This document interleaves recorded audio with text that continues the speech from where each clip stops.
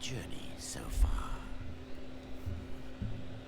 The drenched fort was dry, but the horsemen loosed its waters, and then the makers rejoiced, for their forge burned anew.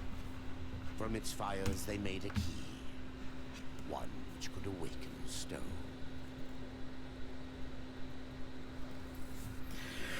Hey yo guys, what's up? It's me, your boy Silent. Welcome back to another stream of motherfucking Darksiders 2 Deathinitive Edition. So, where were we? Ah yes, we are now taking our newly acquired key so that we may use its power to move stone, as it were. Stone. Let's see. But where are we heading? Where are we heading? Ah, yes. You will no loud be letting into the Forge Lands, where we are, but we shall just head out normally, for now.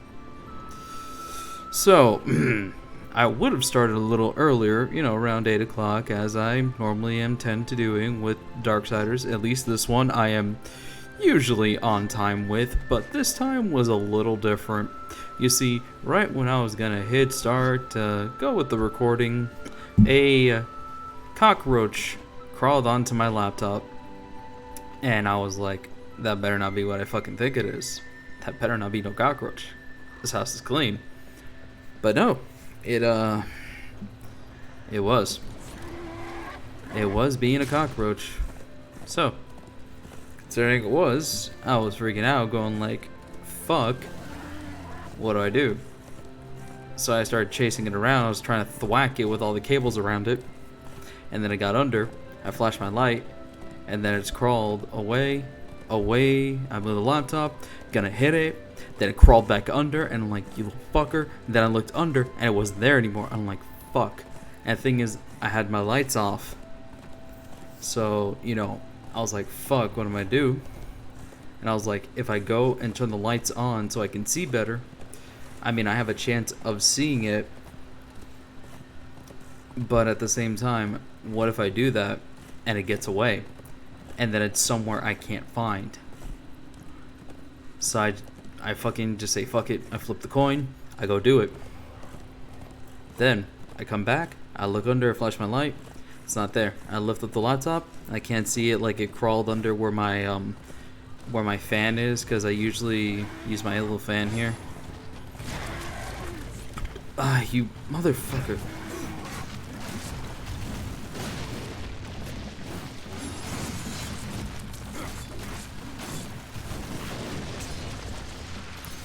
I'll take that. What was I? Right, so I lifted it up, and it wasn't there. I flashed my light through the fan to see if it got through there. It wasn't there. I couldn't see anything. I lifted up the fan. It wasn't under it, so I couldn't see there. And then I looked down to the floor, and it was crawling right there near my foot. It didn't touch my foot. It was near my foot. So I was like, oh, okay, you made this a lot easier. So I just started slamming my fucking foot down on the little bastard as hard as I could. And, yeah. Yeah. He didn't live so good. Worst part of it is that I had a drink. Right here on the table, ready to go. So I can, just take a little swig here and there. So that way I can just be like, oh, I got my drink ready, so I can, I can drink it during the thing. It was a Coke can, so I cracked it open.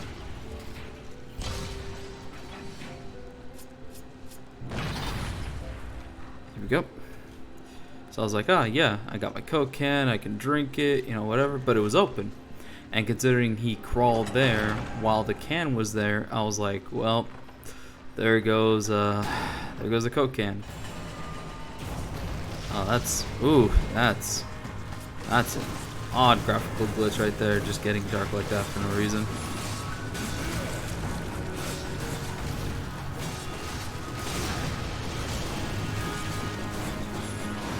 But yeah, so hopefully this week, you know, it's looking a lot cleaner, less issues. So, you know, hopefully, guys, hopefully.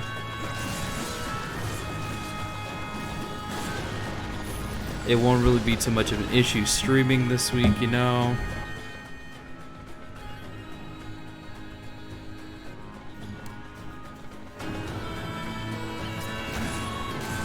That is such a weird graphical glitch. I don't know why that's there, but it's there. It'd be like that.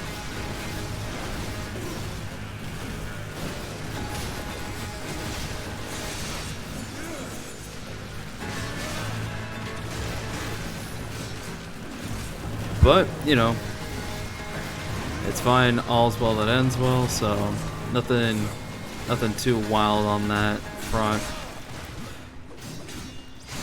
Oh yeah, did you guys watch that fucking state of play that happened earlier? God damn, what a crock. What a fucking crock that was. Ooh, sweet. Hold on. Whoops.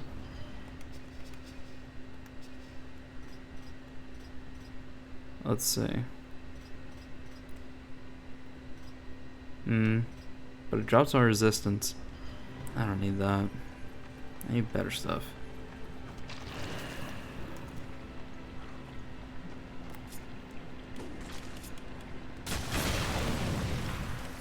Thank God for mercy. It is mercy, right? Oh, hold on. This talisman better than the one I'm currently wearing. It drops my strength. Wait, how much does it increase my strength by? 4? I'm not really using arcane that much, but that resistance boost is nice. Nah, fuck it. Big Oonga Boonga strength is what we're focusing on.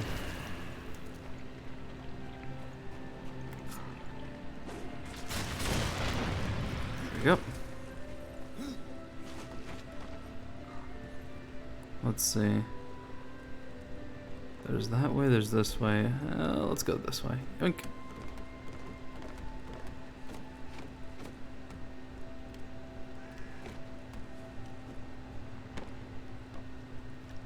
Whoop. Whoop. There we go. Sure, why not? That's how I was supposed to do this, right? Yeah, sure. Why not?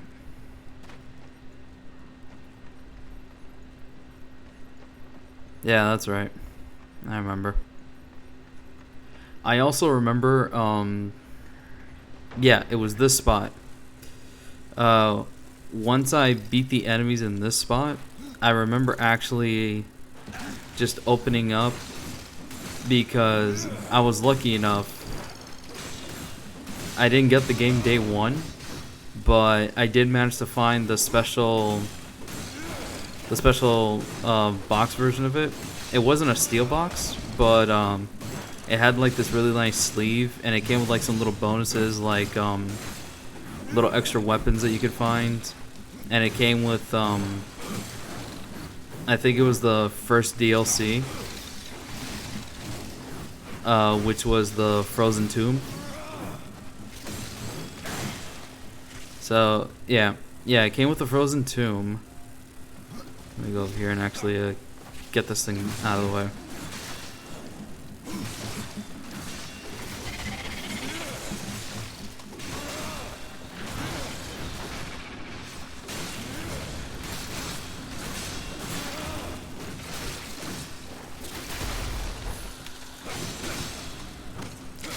There we go.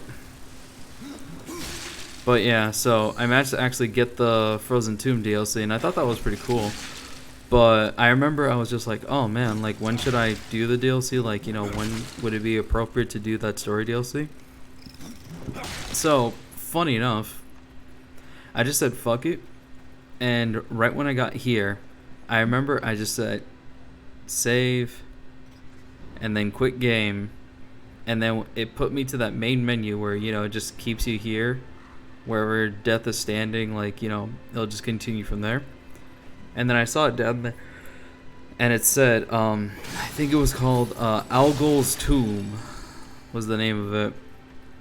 And I thought that was just really funny that I just did that DLC bit right then and there without like doing the rest of the story or whatever. But it was such like a side story kind of thing. It could literally take place at like any point during the game.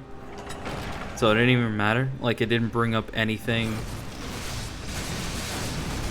like related to the main plot. So it was actually a really good point to just like, oh, if you want to just like hop in and play that DLC, like, it was fine. Like, it wasn't any stupid like negative repercussions for doing it or whatever. So it was nice. It was super nice, just being able to jump in like that. And plus, I did get I think it was Algol's Frozen Hammer or whatever it was called, something like that. And it was like this nice little DLC weapon that came from beating the boss of there. So I thought it was pretty neat. I remember actually using it for a long time because I remember just being like, oh, I wanted to supplement. Oh, those are nice boots. I remember always wanting to supplement my my quick axe attack, my quick scythe attacks, with Death's ability to just use his like the big hammers, axes, and scythes, because I thought like, oh, you know, it makes sense.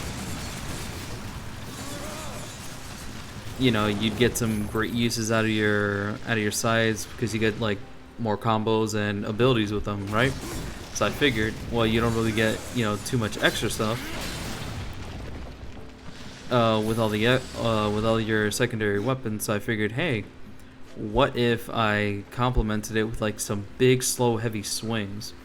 And also didn't help the fact that it's like one of the first secondary weapons you can get in this game are stuff like, you know, the axes and all that stuff. So it always just kind of made me lean towards that a little bit more. But I did eventually warm up to using all the secondary stuff, like the gauntlets as well, which are really nice. You know, they're good for quick mobile attacks and things like that. So nothing too wild. Hold on. Oh yeah, health potions are. There we go.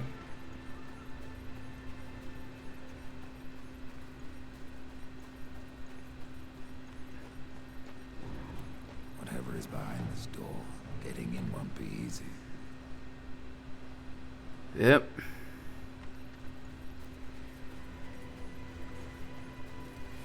Hey, there he is.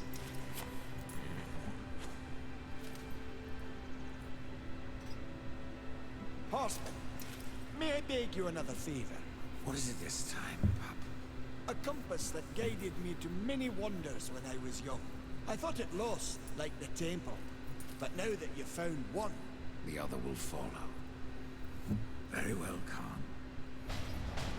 I found your armor. stone be praised.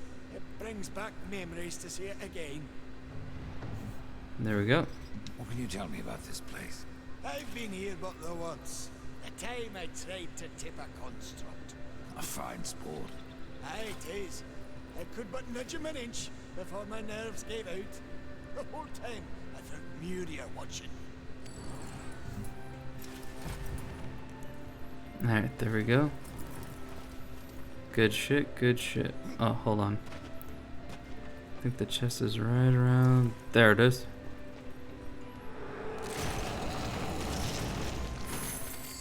And... Ooh. I like that. Crap. Keep always doing that. That is nice, but all the extra stuff you get from, you know, the Pauldron of the Horsemen. It is a nice pauldron. Let me see, what secondary stuff do I have? Damn, it drops my defense. By how much? Defense 136. Ooh, damn, that is a sharp drop of defense. But that strength increase by 10.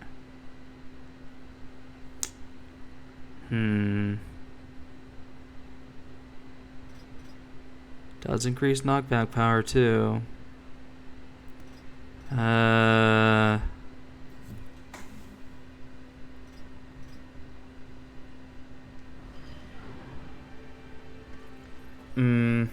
think I'll just stick with what I got for now.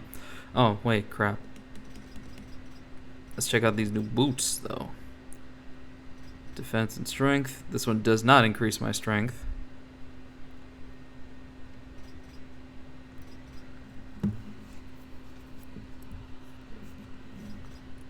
Defense increase is pretty good.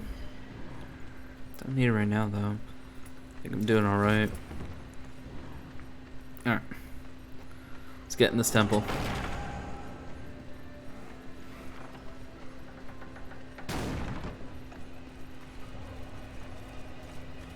The Lost Temple. Oh yeah, the other thing I found super funny about the DLC though is that it actually scaled. Like it actually scaled to Death's level that I had him at the time. Which, because I was like messing around a lot more, I think it was at like 10 or something like that.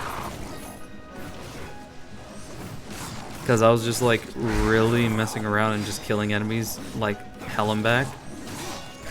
Because I just really enjoy like leveling up and crap like that. So, hey, there we go. Got a skill point, nice.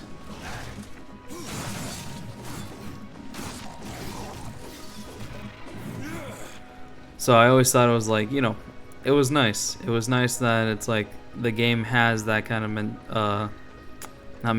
mentality. That's not the right word I'm looking for. Foresight. There we go. That's the word I'm looking for. It had the foresight to just be like, oh, okay.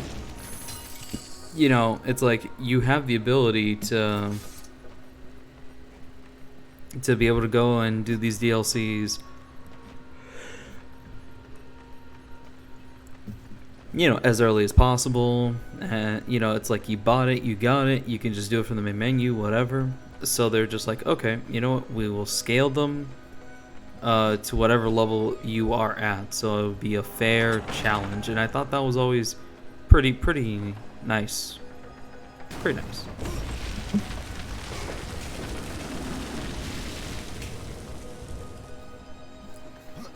Man. See, now I just feel bugged. Just because the fact that it's like I saw the roach and now I just feel itchy.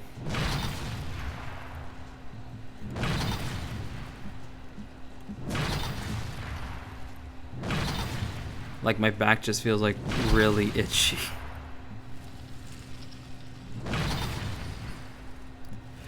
Oh man. And it sucks because it's like it's one of those spots that I can't reach normally.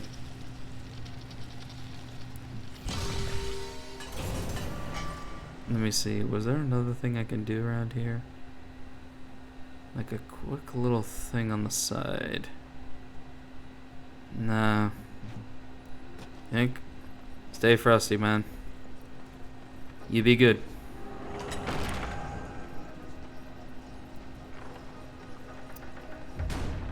Alright, here we go.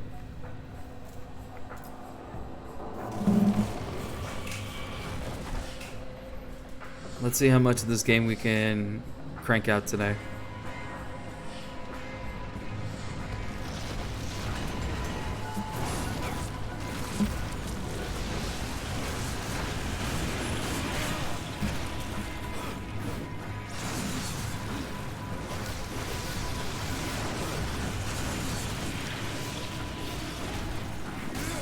Oh man, oh yeah, but like I was saying, did any of you guys see that state of play thing? Like, god damn man, there really just was not anything there, huh?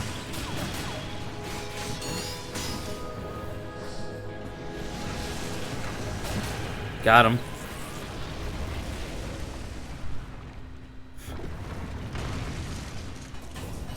It's a beautiful thing.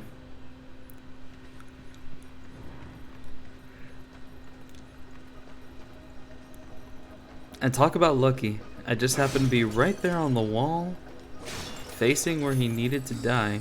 Interesting. Yes, very much so. Okay, so I mean, honestly, outside of the whole 7 remake upgrade thing that they're doing in the Yuffie DLC,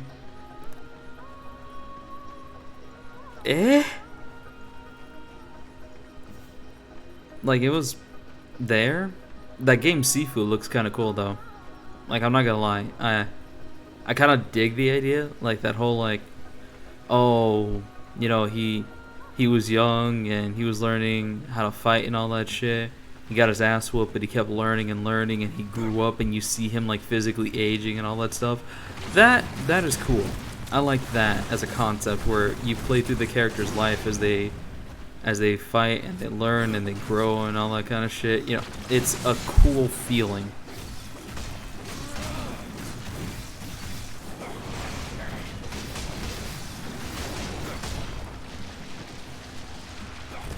Yoink. Give.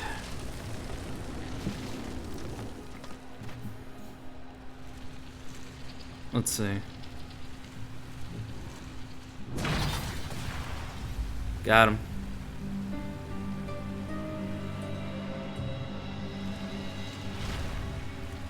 All right. I forgot you can actually just punch.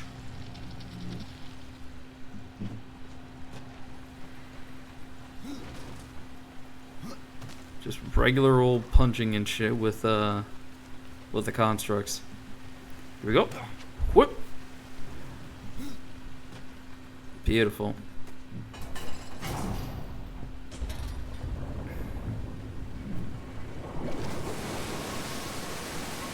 Man, that dude's still down there.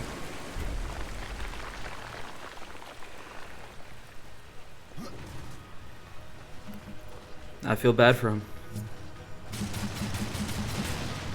There we go.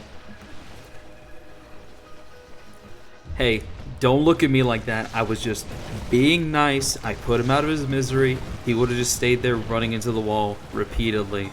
Okay? It ain't my fault. Alright? I was being kind.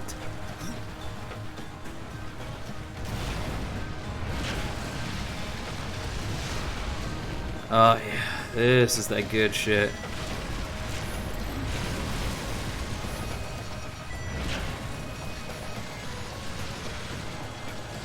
What's wrong, buddy?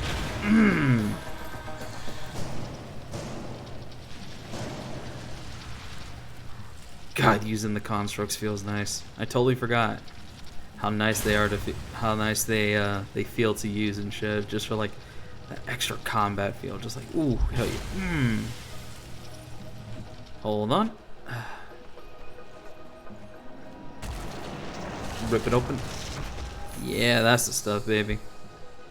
Spellbinder's Talisman. Wrath cost minus 3%. Nice, nice, nice, nice. I mean, that's cool. And it is. It is. Wrath cost going down is always nice. But you know what's better? Increase in wrath gain from your regular attacks. Which honestly, I love that change from 1 to 2 so goddamn much. Like, oh man, you don't understand how much I love that change. It just makes combat feel so much better. Oh, hold on. Detach real quick. Come with me, buddy. I need to do something. Ah, right, yeah. That comes later. Whoops, bad timing. Wait. So smooth looking.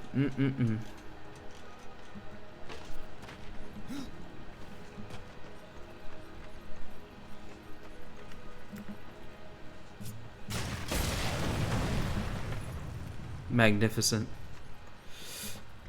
Truly, Angels couldn't have done it better. And I say this because Angels in this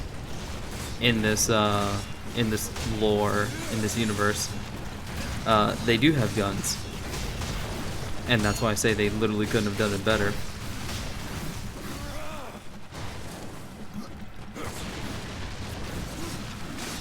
Oh man. Yo, real talk? Oh, fuck. I'm an idiot.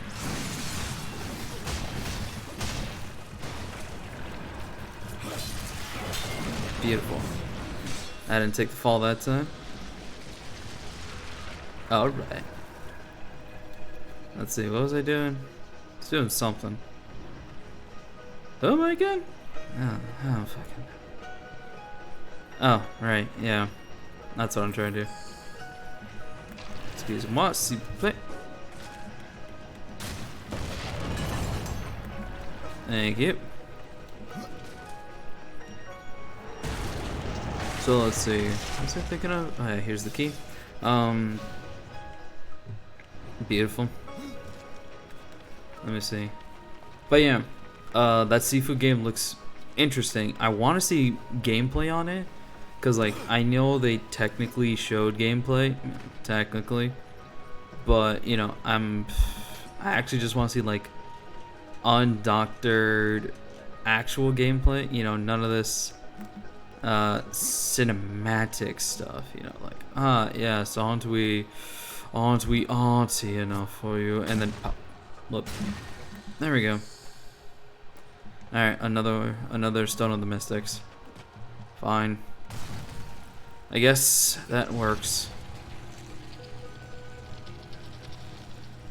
Oh yeah, like gotta use the key. So, construct, you stay here, you chill. We'll be fine for a bit. But let me see. What was I trying to go at? Oh yeah.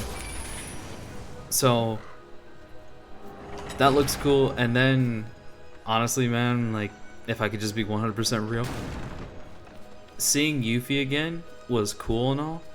And no joke, a part of my mind when I saw her in that specific fucking getup with the Moogle costume and everything, all I thought was, oh my god, they're making a reference to Dirge of Cerberus. Why are they making a reference to Dirge of Cerberus right now? I mean, I know they did. In 7R, they basically just like tied everything together. So it wasn't that big of a shock or anything. But, you know, there's one thing where it's like, oh, you know, someone says something where they mention, you know, deep ground and all that shit or whatever. But then it's another to see fucking Weiss the Immaculate show up, unironically show up. I can't reach him. Oh fuck yeah, I can't. Yeah, there we go. Get bitch slapped, boy. Oof. But it was another seeing Weiss actually show up, man. Like, holy shit. Honestly, I really don't have anything against him because, you know, he wasn't really much of a character. He didn't really have a personality or whatever, so there's nothing to hate. But man, when I saw him, I just went like, fuck me. But at the same time, it's like, well, I mean, this is their chance to actually do something with the guy, so hey, go stupid, go home, man. Let's see them actually like do something with Weiss and that whole deep ground thing and the connection to, you know, Gact. I mean, a Genesis. You know, just let's see something happen. Let's see something come of that. And not just be like full afterthoughts. Like they were. They totally were afterthoughts. Like, you know, and the best shit is if, and it makes no sense in hindsight. So like, okay, if anybody ever saw fucking,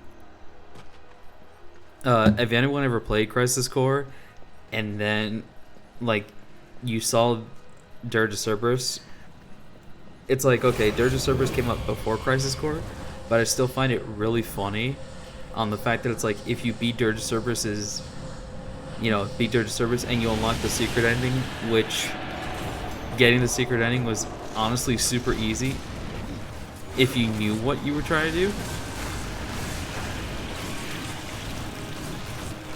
So basically the whole secret ending is that in the game of Dirge of Cerberus, for those who don't know, you basically have to find these vials that are scattered around the level design.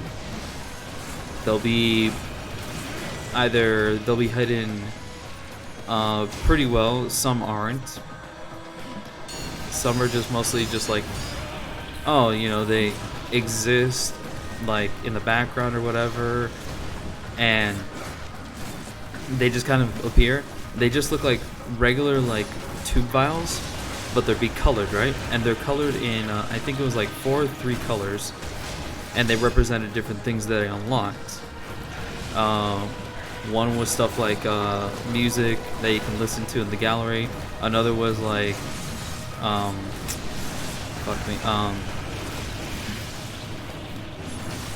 music, cutscenes you can watch, art gallery, and then another thing that they would let you do is they had these missions that you could do in the game, right?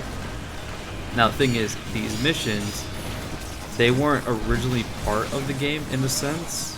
Like, they weren't a single player thing, because Dirge in the Japanese version had online multiplayer, and it had a story mode and stuff, which, you know, more lore into stuff like Deep Ground and Shinra and whatnot, you know, things like that, right? Which is kind of cool, but of course, we didn't get all that extra stuff because we didn't, you know, they weren't playable for us. So what did they do?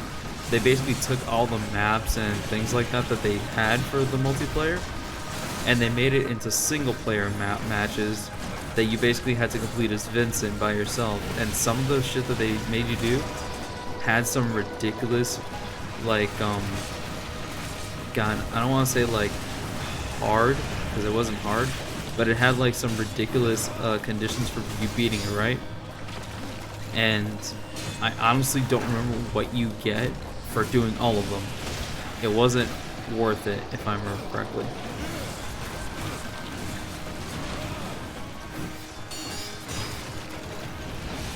But the point is, you had to shoot one of these vials in like the second to last area of the game, and it was actually missable. And you only had to really shoot this one.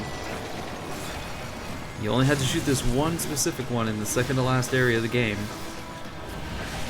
and it was very missable because unlike the other ones, this area was basically in the air. So you had to actually look off the beaten path of where you're going, because it was mostly a straight shot, you know. It was mostly just like, oh, you know, the enemies are more forward on this scaffolding in the air kind of thing, you know, whatever. So you're really only looking forward most of the time. So it wasn't, you know, too much of a thing to think like, oh, you know, maybe the thing will be here. Luckily, the game is nice enough, if I remember correctly, that it does have a tracker, like, once you beat the game. So, and it also has chapter select, so it lets you just, like, redo shit. But it does have a tracker where it tells you, like, oh, you don't have this one to unlock this and that, you know, whatever.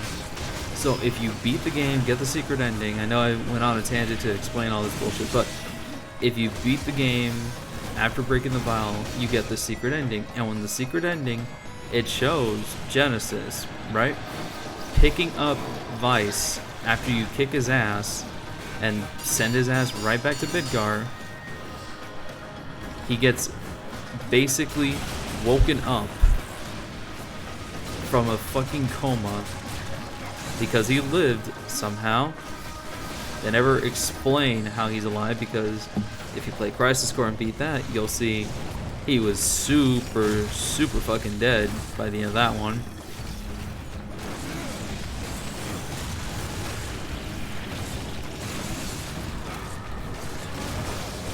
So, no sense whatsoever. But the point is, he shows up, and the best fucking part about it is that they got Luxord's voice actor to voice him in that cutscene, just for that cutscene only, because in Crisis Core he had a totally different voice actor, and they gave him a fucking British accent. So I want you to imagine, and mind you, it wasn't like a 3D rendition of Gak's character Genesis, because it was based off Gak, the, you know, the singer and all that stuff. It wasn't a 3D rendition or anything. They literally had Gak as himself green screened into the game for that cutscene. They had him green screened, and he was holding Vice's unconscious fucking body. And it was so fucking bad, man. Like, look, props to the voice actor. I got nothing against the guy. You know, he's got nice chops on him. All that good shit. But man, that was so not the role for him to do.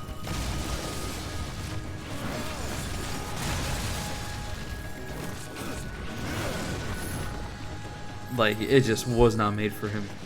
Like, dude comes in and just goes like, "We have no time to waste, my brother." Like, he goes like that, and it's so fucking funny, man. Like, it's so bad, but it's so funny. There we go. I needed that at least.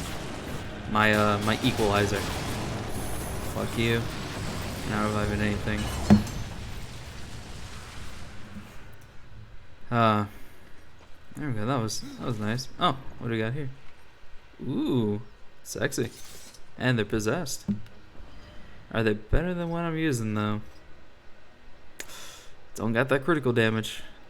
They do got more attack, and I can increase them, but I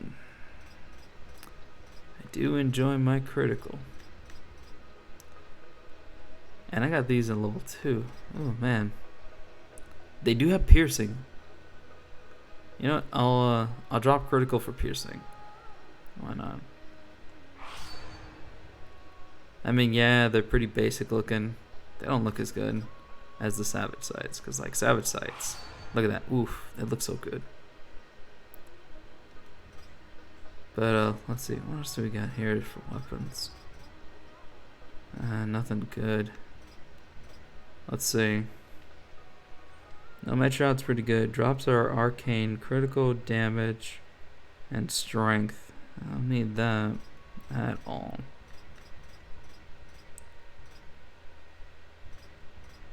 This is good. Drops strength though. How much does it drop it by? 4 points? You know, I think I can put on the Nomad Greaves now. Just because it's like that defense and resistance increase is pretty nice. So I'll take the hit to my attack. You know, if it can help me out with that. I'm not gonna take the hit to that attack though. Fuck that. Fuck that. But I was like, oh yeah, so yeah, it was literally so funny, man. But other than that, you know, I can't really give. Oh fuck. Oof. Okay, there we go. I can't give Dirge too much shit, mostly because I actually like Dirge. So yeah, I'm one of those guys where it's like Dirge of Cerberus. Yeah, I like Dirge of Cerberus. Is it a good game? I wouldn't say the word good. It's playable. It's a playable game. I think. But good. Man, let's not throw the G word around. You know, don't throw that word around too carelessly. But it's playable. It gave me a good laugh. And one of the things I remember actually kind of laughing my ass off about, and I was confused for the longest time when playing Dirge, was that I didn't know that they added this as a thing into the game, right, for the American version, because they did a lot of changes for the English one. They didn't just take out the MMO multiplayer story thing. They also tried balancing the game to make it much more fun for the Western release comparatively to the Japanese one.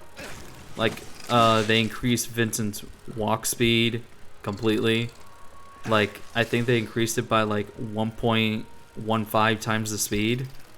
Because in the Japanese version, he goes so slow. Comparatively, like, it's so bad. He also has, if I remember correctly, I think what they did was that they gave him the double jump and aerial combo attacks. So that was another thing. Let me see.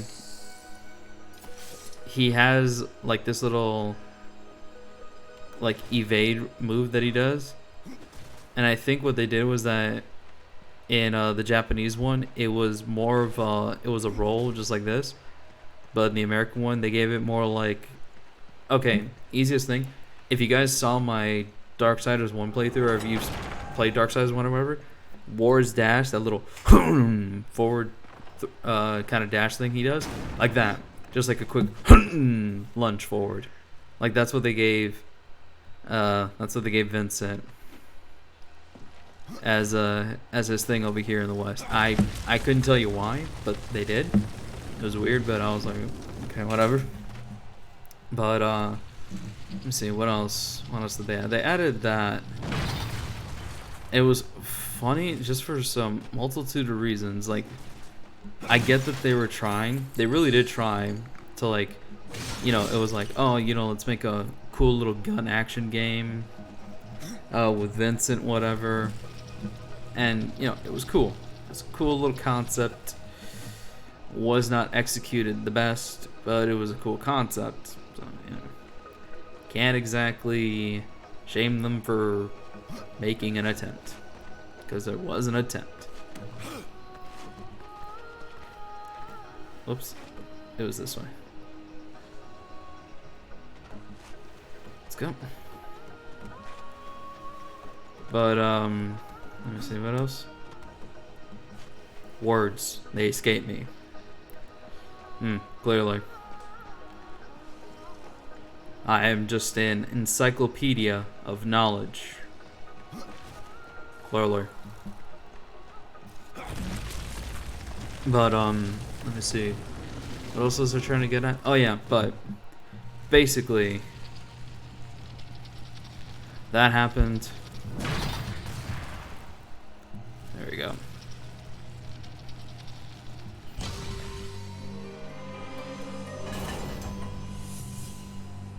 Got him.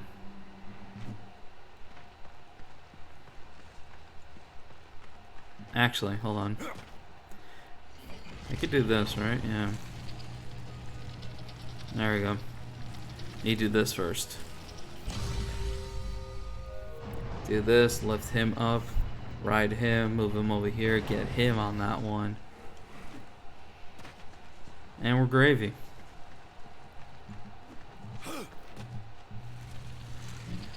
But yeah. Oh, also I saw how they recreated Near Replicant's opening in the new game. Not gonna lie, that got me. That got me the way that they managed to recreate the opening basically frame by frame with the new assets and stuff and the music. It hit. It hit me pretty hard, man. I'm not gonna lie. Like, I'm not so stone cold hearted and jaded that I can't admit to just being like, you know what, that the nostalgia bait got me. It got me good. Whoops, I forgot. I have to get one over there, move the chain, and then I'll be able to over.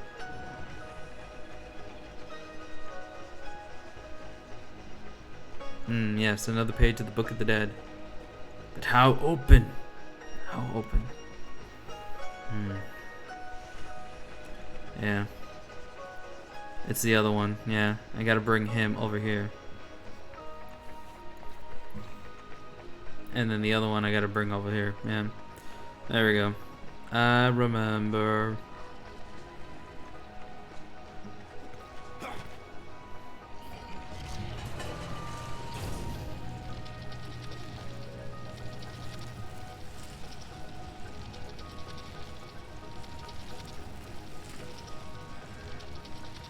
And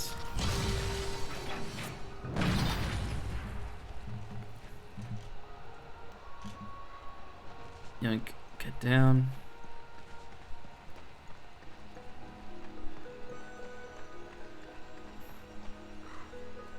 Trying to remember how to get there. I'm sure it'll come back to me.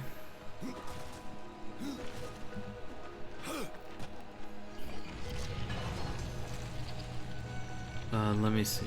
What else? What else have I been doing recently, actually? That's a good question, me. I don't know myself. There we go. Think that's what opened it? Yippers. That's what got it. There we go. Book of the Page of the Dead.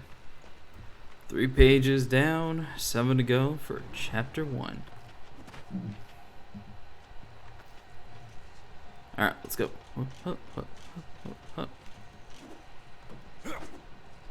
Got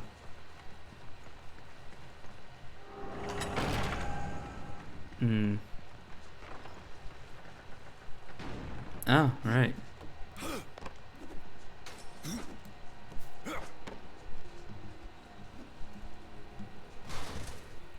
There we go. Let's get this open.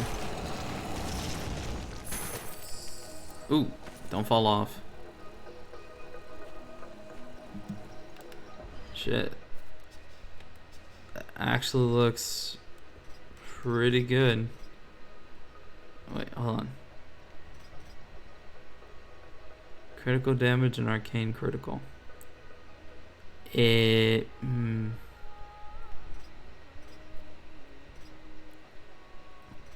Health increased to 999. Boy, I am low on health though. Increases my defense too. You know what? I'll take that drop in crit. Look at that. Oof. Man, Death is looking so stylish. Oh, fuck, yeah. Speaking of Death and my experience with Darksiders 2. So, funny enough, as I was talking about earlier, if you guys were here or not, I was talking about how when I picked up Darksiders 2, I got this little special edition of it where it wasn't too crazy. It was just like, you know, I got like one of the pieces of DLC that they were working on. I got this nice little cover sleeve to go with it.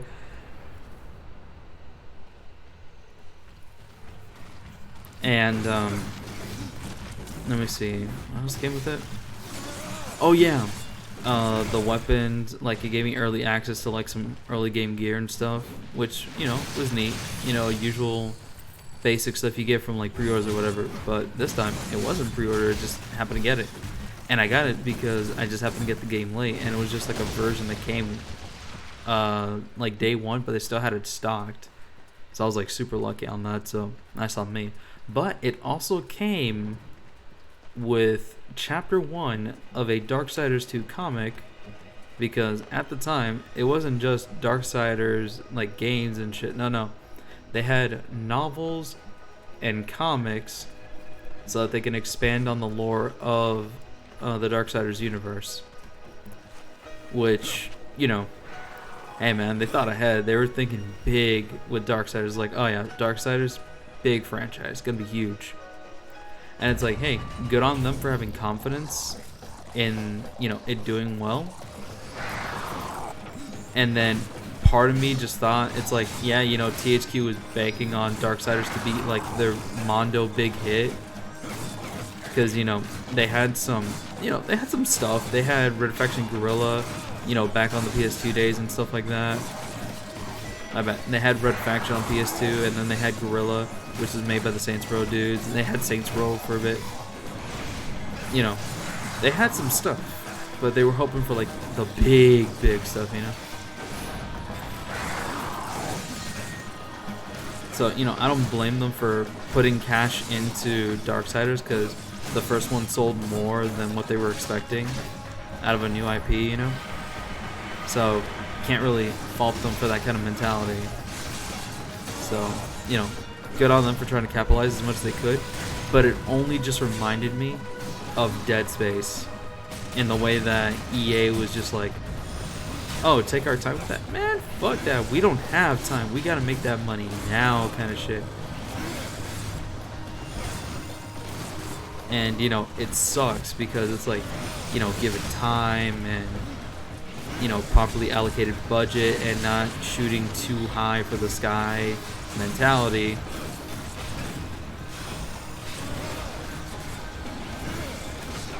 You know, these games just needed their own time and room to breathe, and they would be perfectly content just being like nice mid-range games with their own little niche following and stuff. But you know, just some companies want to always shoot for the stars, man. Always.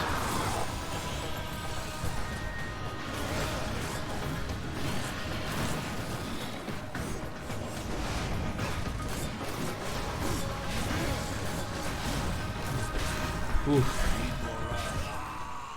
Fuck. Damn, that was so close. So close to doing with low health.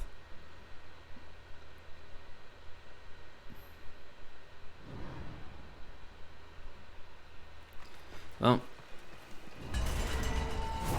let's go. But, you know, hopefully, now that THQ Nordic is a thing, and, you know, they did Darksiders 3 and Genesis, and, you know, they're doing alright with them. Sure, you know, they obviously don't have that kind of big money that they used to anymore. So they're not able to, you know, go full fucking hard on these games anymore like they were able to before. Which, you know, obviously I'm going to miss some of the, you know, the cleaner aspects of these games, having, you know, wider budgets and stuff. But I will say that I do enjoy some of the side aspects of them having to think a little better about the allocation of their budget. Like, it's like, okay, what makes more sense to do? Like, reusing assets, changing the gameplay styles a little more radically to allocate for said changes in style and developer and things like that. You know, it's like, who do we give it to basically run the games? Because the thing is, the third game obviously wasn't being able to be made by Vigil Games, because they be, you know, as soon as THQ went under, they basically went under with them in a sense. So what they had to do was that they basically went indie, and they became their own little company called Airship Syndicate, which went on to Kickstarter and fuck me. No, they didn't fuck me. In fact, one of the Kickstarters that they did, which only Kickstarter they did, was based on a comic that Joe Mad, the artist for the Darksiders series and whatnot, he used to work on this old comic back in the day called Night War, right? No, not Night War, fuck it. Battle Chasers. It was called Battle Chasers, right? And it was like, you know, typical fantasy kind of thing that you would expect from the old days. It had like a basic premise that you could see like in old school RPGs and whatnot, you know, world full of darkness, you know, fantasy warriors. One of the main characters was basically Guts. I mean, like, literally basically, it was just Guts from the fucking Golden Age arc. But his name was Garrison. Totally different dude. But it was Guts. It was totally Guts. But, so, I thought it was, you know, interesting and cool. You know, I've never read the comics before at that point. But, you know, the idea of the game looked interesting. I love the art style. I love the tone that it was, because they literally just, they had me sold when they were just like, oh, it is going to be, its combat system is akin more to classic JRPGs like Final Fantasy X. And I'm like, shit. We gonna have the fucking timeline shit that shows you when enemies are gonna attack next and shit like that, like how Final Fantasy X had. And one of the first things they showed was like, yeah, it was gonna have the same timeline where it's like your attacks change how quickly or slowly your turns come up and things like that. And I was like, boy, oh my god. I always loved that combat. I always loved that little niche about the game. because I didn't see a lot of games do that, you know. And how one of the reasons, and I'm not even gonna lie about this, one of the reasons I even picked up Mega Man X Command Mission wasn't just because of my love of Mega Man. Nah, man. One of the reasons I picked it up is because it legit just happened to have the same timeline combat combat system that that Final Fantasy X had. So legit, just from that alone, I was sold on Command Mission. That's all it took. I wish I had a better reason, but nah, man, I am just that shallow. You give me a JRPG with, you know, showing me when turns are coming up and things like that, I would play it. I would play it just because it's like, ooh, what do we have here? You know, you've caught my interest now. You know, not exactly the smartest man. Very easy to please like that. So, you know, hey man, honestly, most of the times I pick up games just because, like, basic things. I wouldn't care about the story. It's like, oh, gameplay looks cool, I'll pick it up. It's like, oh, the music sounds nice, hell yeah, man. Why not? I'll give it a shot. Music alone can make me pick up a game. It's happened before. Hell, I've started most series just because I like the music, so.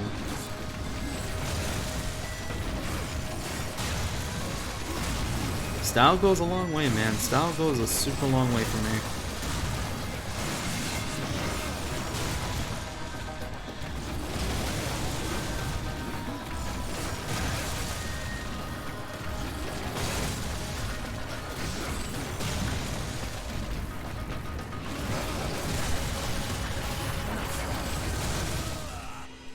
I heard that fucking health potion drop too. There's a health potion in one of the barrels. Fuck me. But yeah, so honestly, very simple guy like that. And I'm totally content with that, if I'm going to be honest with you. I'm totally content with being as very simple to get into certain things like that. Else sometimes it could just be some other stuff where it's just like, hey, you know, someone could just walk up to me and be like, hey, Silent, have you ever heard of this game series? Like, no, I haven't. What's it play like? Oh, it plays kind of like this and that. It's like, oh, I've never played that before. So I'll look up some gameplay or whatever, and if it looks interesting enough, I mean, fuck yeah, dude. I'll give it a shot. I'm very open when it comes to stuff like that. Like, hell, legit, only reason I decided to, yeah, let me see. I'm trying to think of a series that I picked up just because of superficial reasons, like as superficial as I can think of. And I think the most superficial series that I've ever picked up for any reason whatsoever would probably be, shit, I think I want to say Guilty Gear has probably been the most superficial thing I've ever picked up. Mostly just because it's like, oh, the soundtrack was nice. Nah, I can't even say that. I remember having fun playing with my girlfriend back in high school, so I can't even say it was superficial reasons. Yeah, I'm actually trying to think of one that was just like purely on like, oh, I like the music and that's all it took me to like pick up a game. Shit, you know, the Persona series, purely because of music. That's the only reason I ever picked up the Persona series. Purely because I thought, oh, the music sounds really nice. I should try this. And I did. And that was all she wrote. Resistance goes down by a fair bit. But that experience gain, though.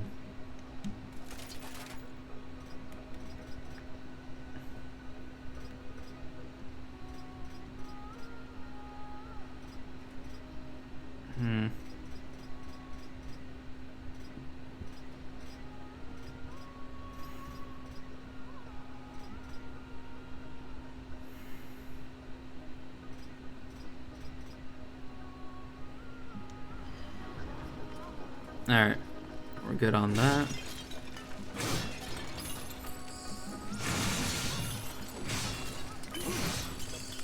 There we go. I knew there was a health potion around here somewhere. That'd break everything. Sweet.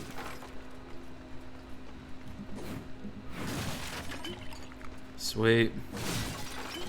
Hell yeah, man. Look at our luck. How much? We got 3 health potions? Shit, man. Why are we even worried? 3 health potions? Plenty. We're gonna be fine. 4 health potions? Shit, man. We're above average now. We ain't just fine. We super fine now.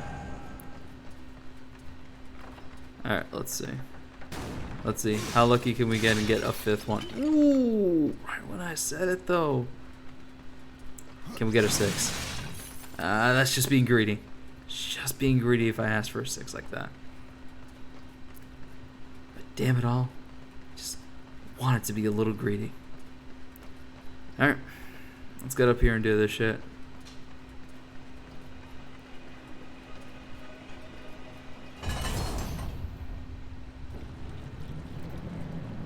Ew.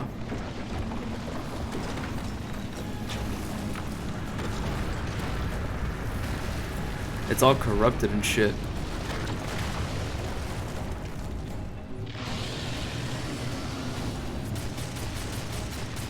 Ooh, man, I am low on health. I should probably rectify that. There we go. Ooh, that luck with the fucking fire actually activating. God damn. Woo!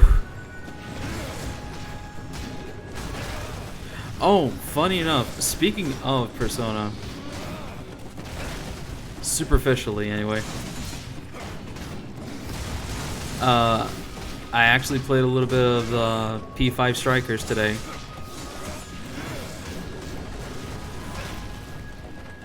Mostly just because my girlfriend saw it, that it was on sale. Not a big sale, mind you, just, you know, decent enough sale. And she was just like, "Oh, you know what? I want to play this." She played P5. She played P5, but real talk, she didn't finish it. She didn't finish it, right? But bless her heart, she was still interested in some aspects of P5, right?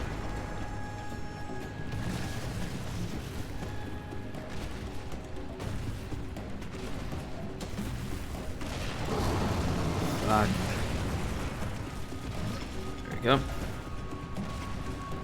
Oh, come on, man. Come on. Really? Fuck you.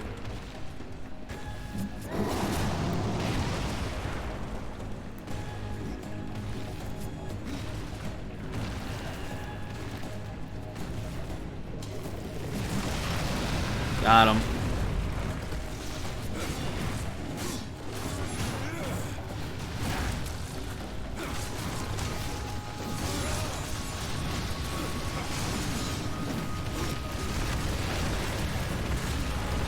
God, I love this psycho ass. Literally just killing his own dudes. Whoops. That shouldn't have been me at all. Let me heal.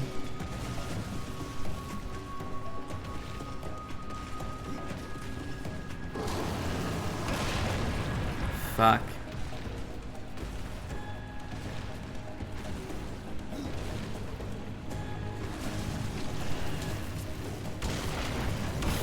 Fuck.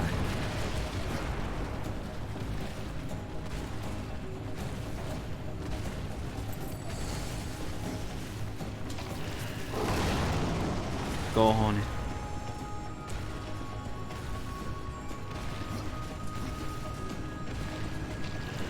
Damn, that dude's stuck. Got him.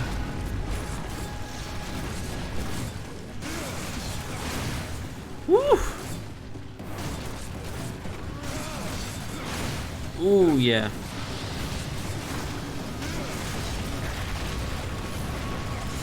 Woo! Yeah, alright, man? You going a little rampagey over here. You need to calm down, man.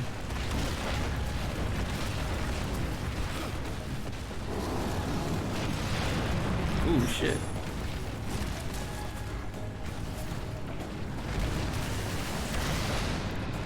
Hey, lucky me. He was so close to the explosion.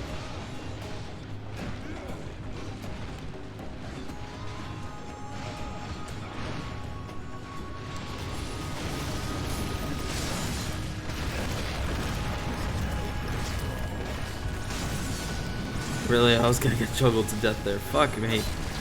That would have sucked.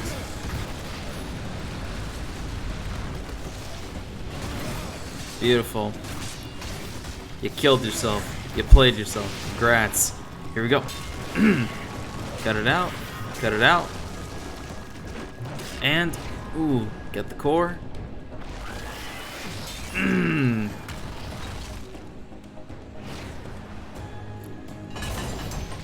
Hey, there we go.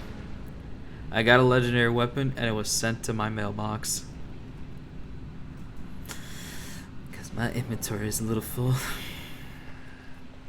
Which, you know, I should rectify that. Realistically, I should. But, you know, first things first.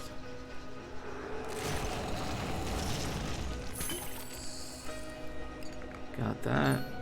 Nice. Give me that extra experience that I need. Alright, what you got for me? Nice hammer.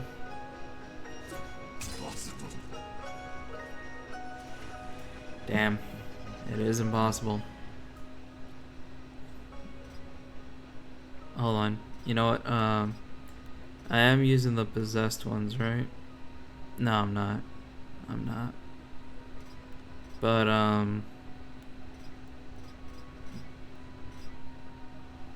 no. These are just really good weapons. You know what? Drop this shit. Though I do like that it's like you drop it, but you know, it is there. So I ain't fucking going anywhere. But here we go. Wakey wakey. Hey look, it's just like the constructs you saw in Darksiders 1. Ooh, interesting.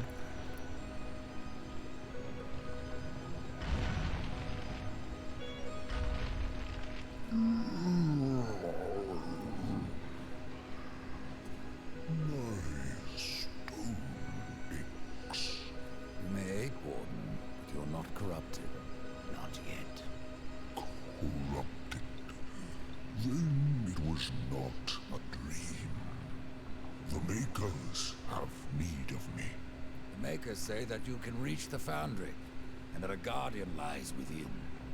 The foundry, yeah. It is where I was cast. But it was lost. And now, you will need my help. True enough. Corruption spreads across your realm, and you slumber. Stone is heavy. It is easier to rest. In my dreams, I can move again. In my dreams, I am flesh. This place, what was it? I cannot tell you. It's on the tip of my tongue, but my tongue seems to be elsewhere. Will you help me, old one? Yes.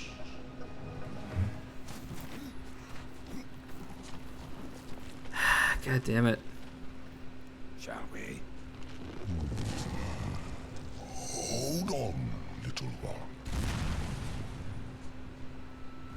I think we're locked into going through this shit. Yeah, we are. Because there's a chest back there. I should have grabbed it before waking his ass up. In my slumber, I have felt the Guardian reaching to my dreams. He is the strongest of us all, but in his heart there is a hunger. The Guardian was built to destroy. destroy. He has much in common with corruption.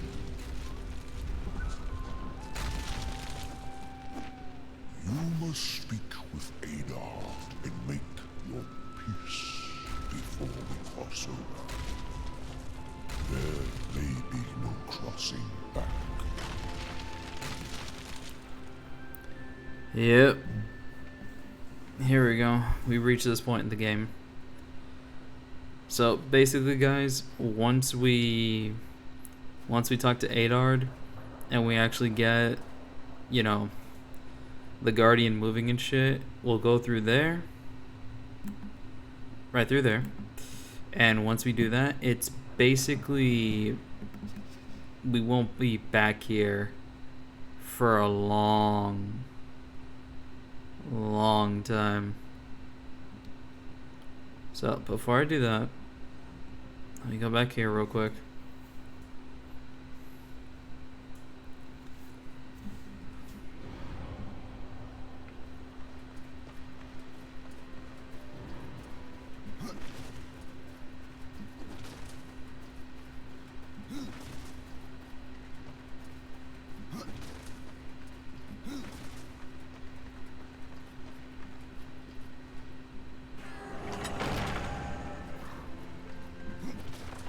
Because, I mean, we'll be moving through this game at a roughly decent pace, I want to say.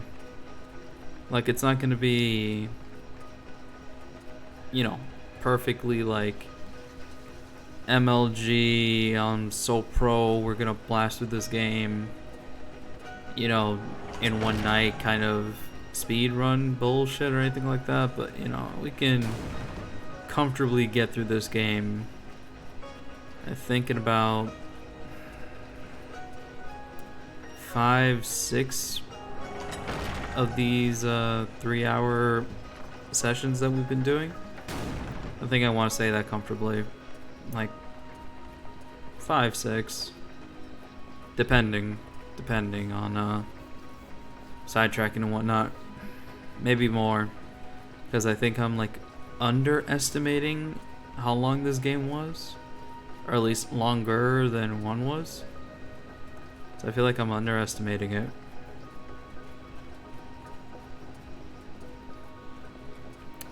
But, you know, not by too much, I think. Not by too much.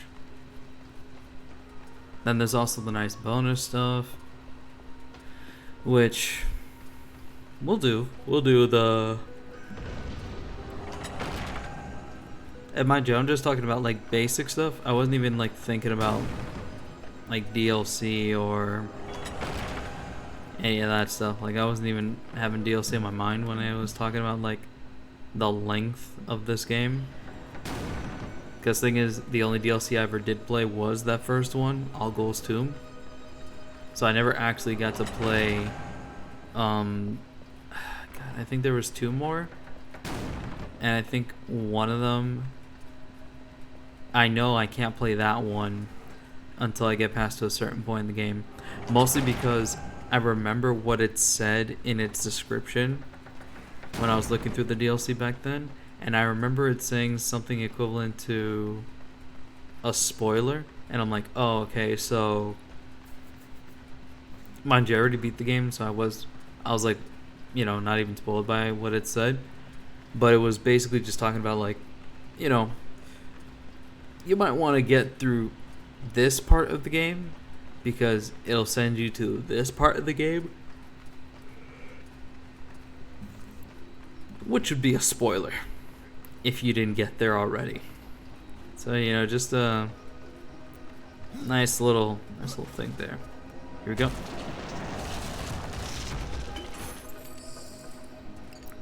Nice. Came crawling back for this. Fares. Alright, well, let's head back then.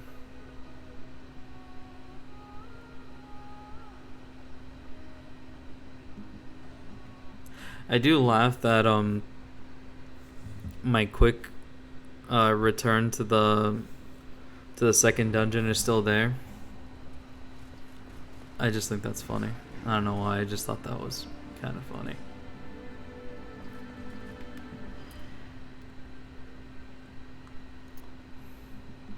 Oh yeah, the Serpent's Tome. I've restored your forge and brought life to stone. But am I any closer to the tree? Tell me now, old one, or you may never get the chance. I hear the foundry is dangerous. As is the tree, horseman, and the entire forest. That is why you must awaken the Guardian. But have you asked yourself why you seek the tree? The tree of life is where I will find my brother's absolution. The tree of life is a gateway. From it, one may travel to places undreamed of, whether a world of oceans and forests, or ice, or endless night.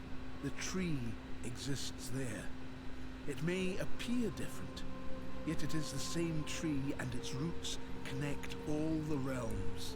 The tree of life is not where journeys end, but where they begin. There we go. Skill points and everything. Alright. Real quick.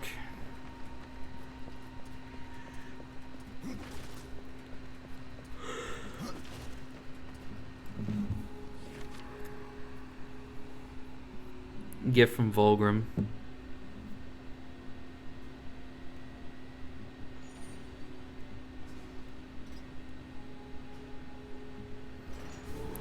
Right, hold on.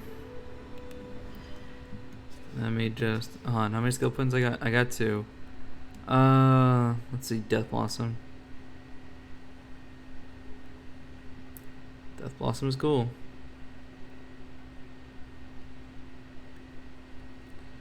Unstoppable is rad though.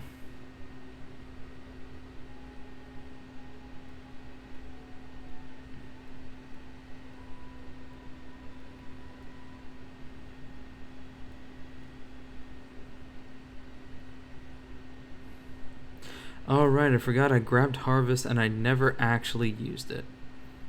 Well, let me grab Unstoppable. And then we upgrade Unstoppable. There we go.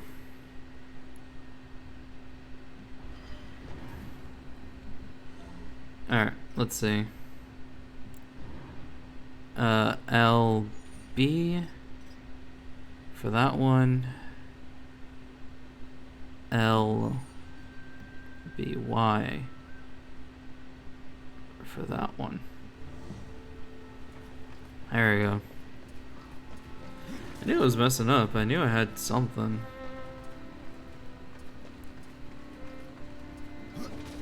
Alright, let me go sell some of the useless things I don't have. Get some cash. Some money.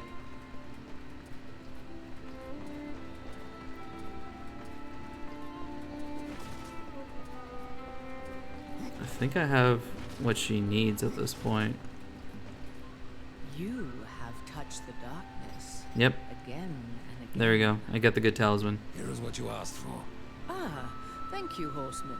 You'll not be sorry for your trouble. This talisman will certainly help you on your quest. But I fear you will not break your destiny. No, but I believe I might bend it a little. There we go. The Grim Talisman. A maker known only as the Mad Smith forged this talisman using the arms and armor of slain warriors from the Dead Plains. Grim, as the talisman was named, was crafted to distill and concentrate necromantic power from the abyss. The Grim Talisman makes any weapons wielded by its owner build Reaper energy with every successful attack. There we go. That's what I needed.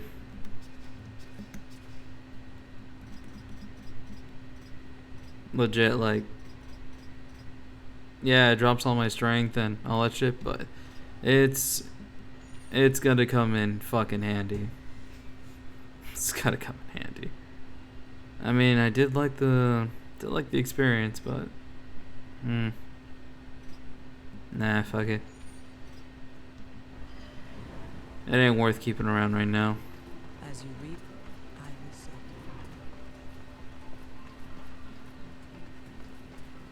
Let's go there. Alright, let's go. I'll talk to you later.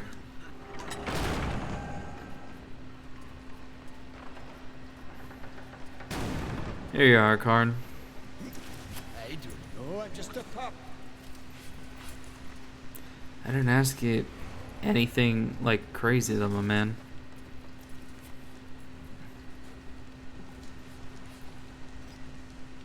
Not sure this key is special. Valus doesn't seem so impressed. Aye. He mourns the loss of his friend. Valus had a friend? Och, aye. His great hammer, Splinterbone. It felled many a giant. But Valus lost it in a dungeon west of here, and it weighs heavy upon him. If you can find Splinterbone and return it to my brother, you will earn his gratitude. Mayhaps the forging of a proper weapon. What was Valus doing in a dungeon?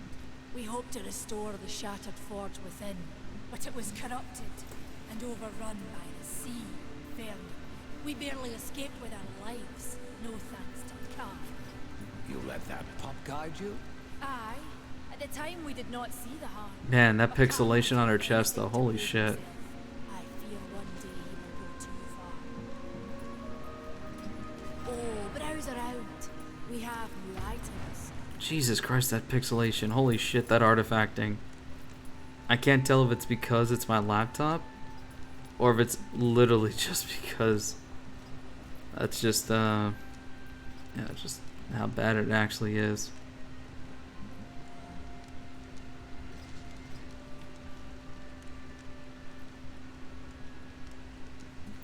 For sure my laptop, yeah. Most likely, because thing is, I would say it's like 100% my laptop, but the problem is, the War Mastered and Deathinitive editions of these games haven't exactly been applicable to, like, you know, amazing shit. You know, they've been kind of baddish.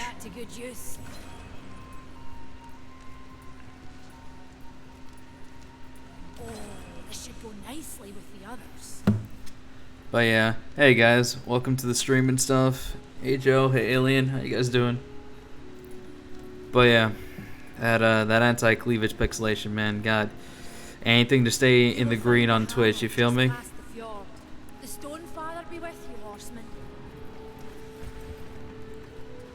Alright, let's find the Shattered Forge. Might as well do some of the side questing before we move on to the story, and I won't be back in this area for a long fucking while.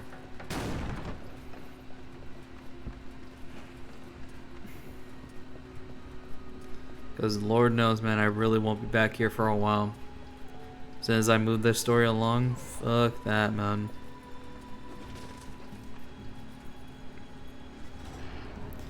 Alright, let's grab some of these moves. Twin Cannon. Harvest Slam. That one's my favorite. Hellraiser. Oh shit, is that it? Might as well get Godfist.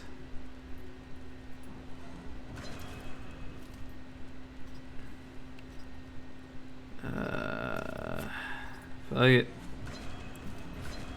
There we go. Down on cash. But that's fine.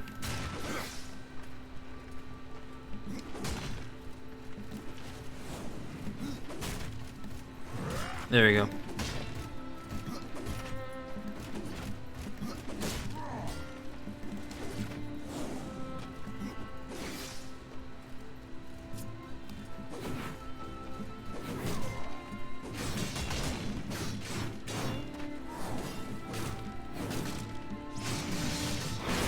There we go. God, that's the move I love. That one's good too. Yeah, these are all good ass stuff. Love it. But let's see.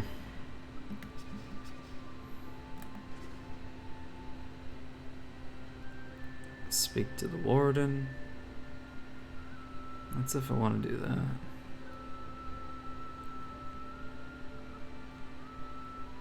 Let's see. Cauldron.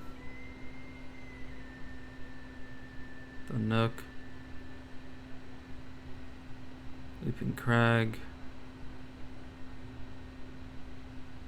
There's the Shatter Forge.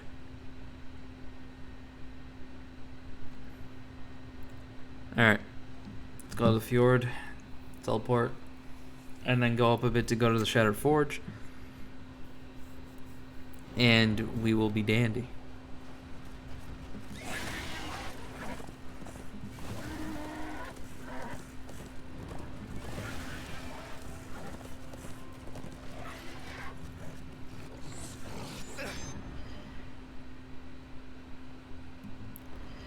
Whoops, hold on. Little stuck. Little stuck. Okay, I'm actually stuck. I actually can't move. Hold on.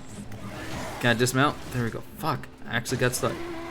Again, not the greatest, you know, definitive editions you can ask for these games, but they work. They work, goddammit.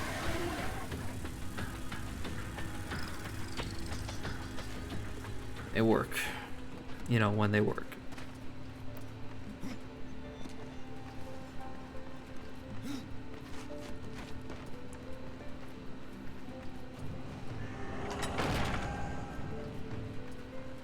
Here we go. Retrieve the hammer.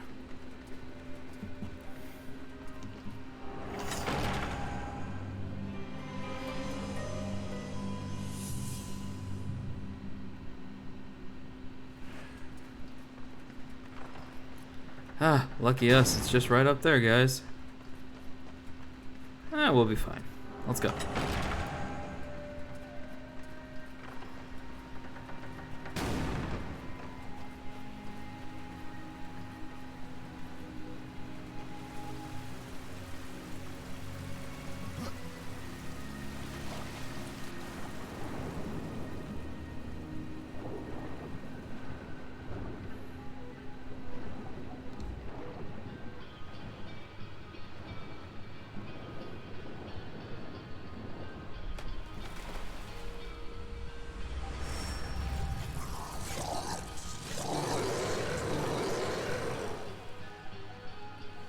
Yeah, what about it?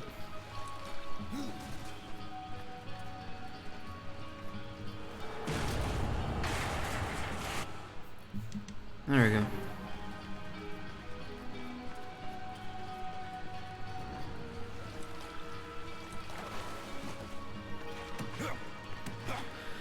Oh, man.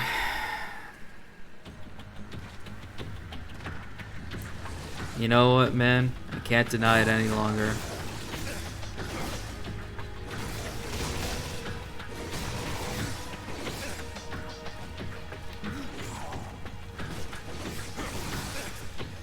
I can't just deny it any longer. You know, I can't hold back my feelings. Fucking... goddamn, man. I actually miss the Strive beta.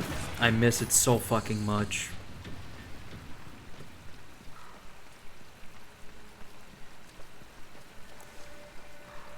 God, man.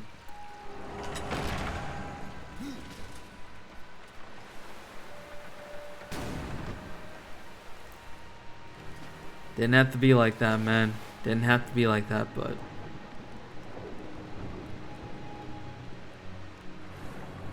there we go. Waiting for that camera angle to pull up, but whatever. But yeah, man. I actually didn't think I was gonna miss it that much, but fuck me.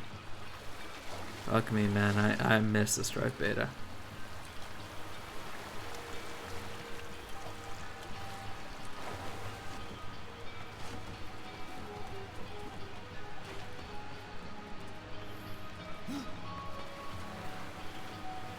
That's not what I was trying to do, Death.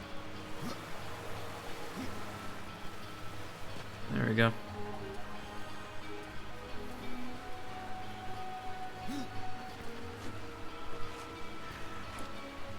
Oh yeah, and seeing this wall running and shit, that he was doing the wall-to-wall jump like this. It just reminds me that the freaking Prince of Persia remake got delayed indefinitely. Like before it was delayed like a month or two from its original release. And then now it's just like, oh, delayed indefinitely for reasons. And I'm just like, man.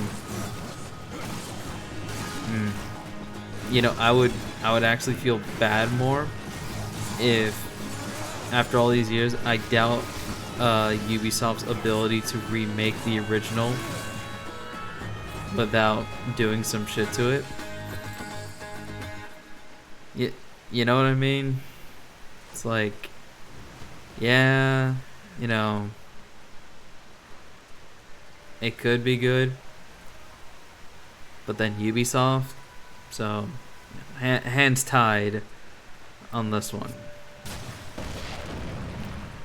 Hands tied on this one.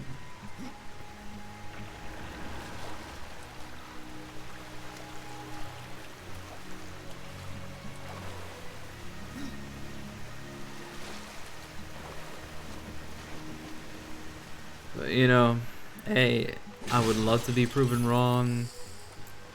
You know, they always can turn things around.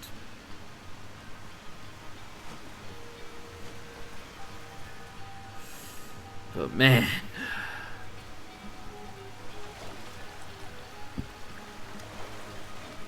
it's really, really hard to see it being turned around like that.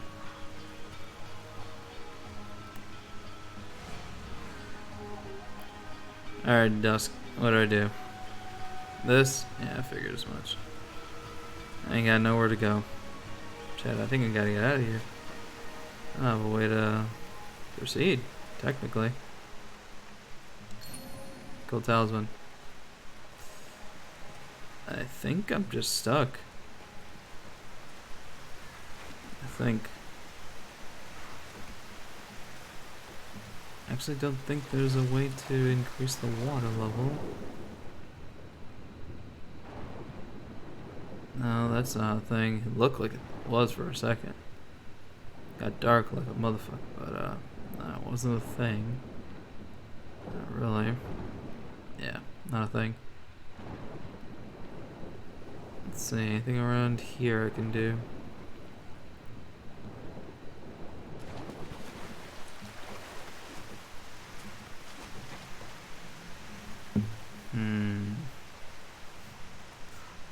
Let's see. Anything around?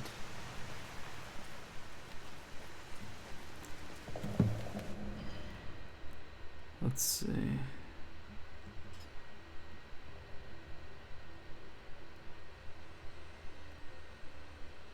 Oh, there's an open door this way. Oh, I'm dumb. I'm dumb. I didn't even realize.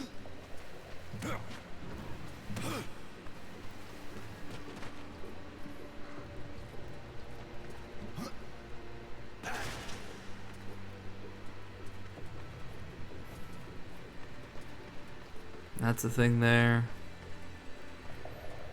Any way for me to blow it up, though?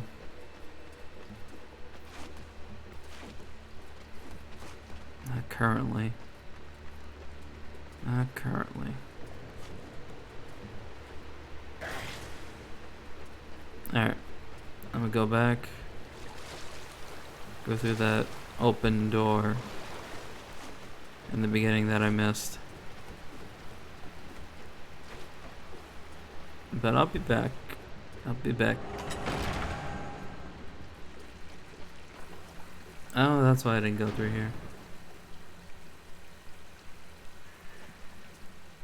That's the reason I didn't go through here.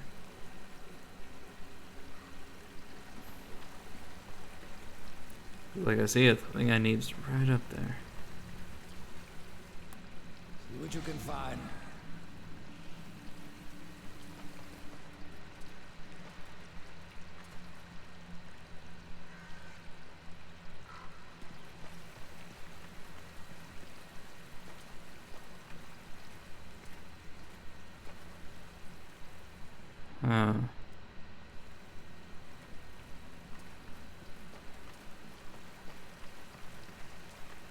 think I'll have to come back here actually.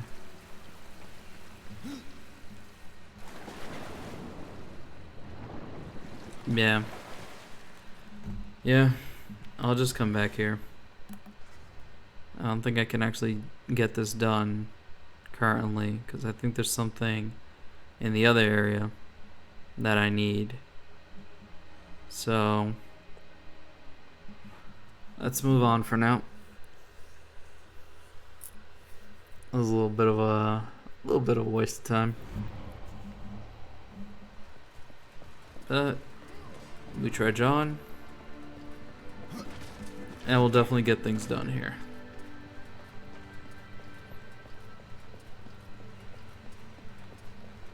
I have lived 1,000 lifetimes, but I don't have the answers you seek. Fair enough. The irony.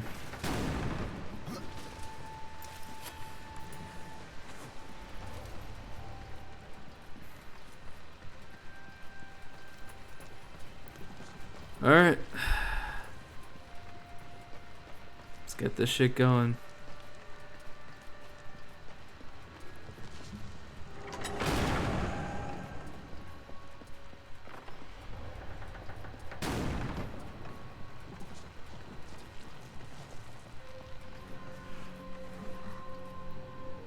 So the time has come. What became of the other wardens? In my dreams, I felt many of my brothers, but only one still calls. Orla, a warden who's ancient. His song still haunts me, though his stone is lost. Tell me about the foundry. It's a holy site, where soul is fused with stone. Doesn't look so holy from here. The darkness has spared little in our realm. But the foundry is a place of magic. It is strong, and with your help we will claim it once more.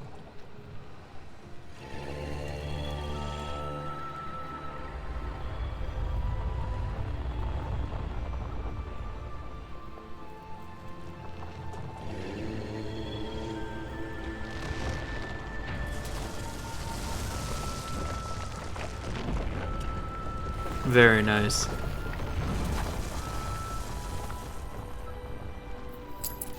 is not safe here, for flesh shorn for stone. There is no shame in turning back. No point either. You heard the warden. It's not safe to go alone. You need my help.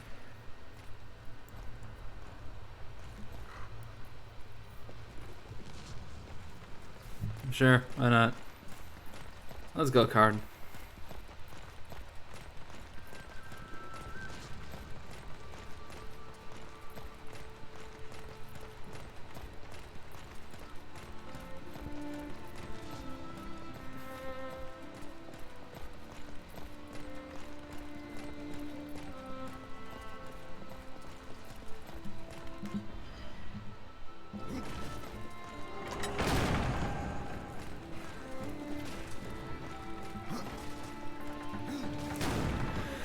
Here we go.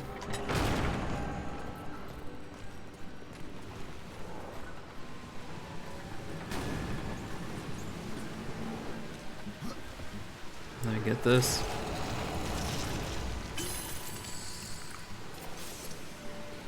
Nice.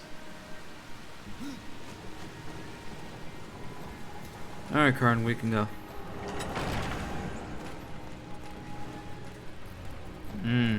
Big boy.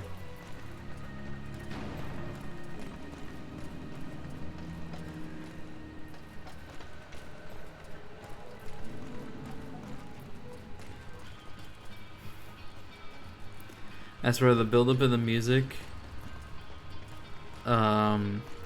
reminds me of Majora's Mask. Or at the very least, like the Forest Temple in Ocarina. Where it has like that kind of wood instrument buildup. It's alright, I've got you. Yeah, that little bit right there. The whole woo, woo, woo, woo, woo, woo. Like it reminds me of some Majora tracks or like Forest Temple from Ocarina.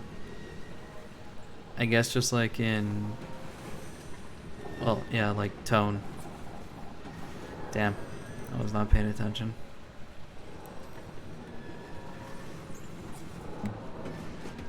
There we go.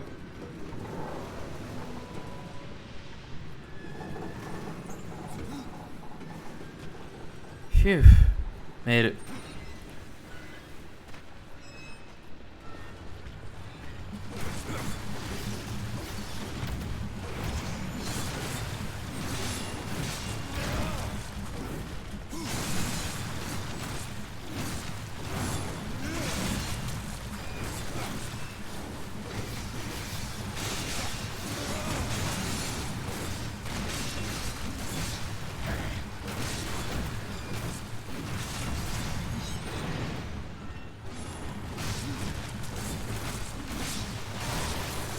There we go.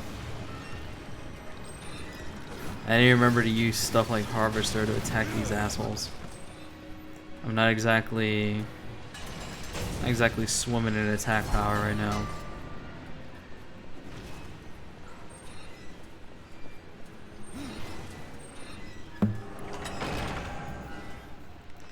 And boy, do I need it.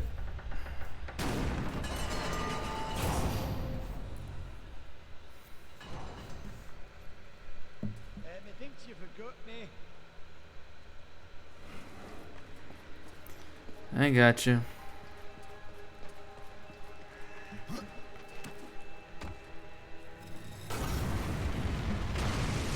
Stay there. I'll get the door.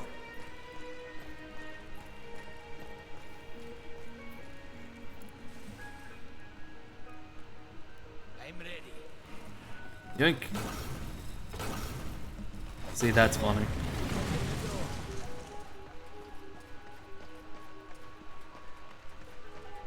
I know I made this look easy, but you mind hurrying it up? Give me a second.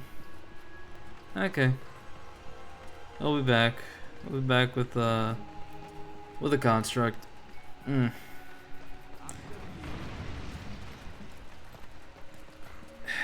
Knew he would. I just wanted to fuck with him, but knew he would. Stay there. I'll get the door. Let her go. Yoink. Oh man. Oh yeah, Alien. I don't know if you're here or not anymore. That's the Guardian Rider. And if you would get to the tree, we will have to wake that beast. And then what? The Guardian will do what it was meant to. Destroy the corruption blocking the tree. But it looks finished. Why does it just stand there? The body Oh, is okay finished, then. aye. Since you're still here, did you see Choco Love's redesign for the Shaman King anime? To give life to the stone, we must give it the essence of a maker's heart. 3 of them for a beast this large. And how do we do that? These heart stones were finished, along with the Guardian, but never married. It's to the so stone. odd They're looking, all in the man. temple. Like, We need only look to find them. yeah, Let's go. yeah, I did. I did. It's so odd looking, man. Like, him without the full lips, it looks so fucking wrong, man. It just does not look right.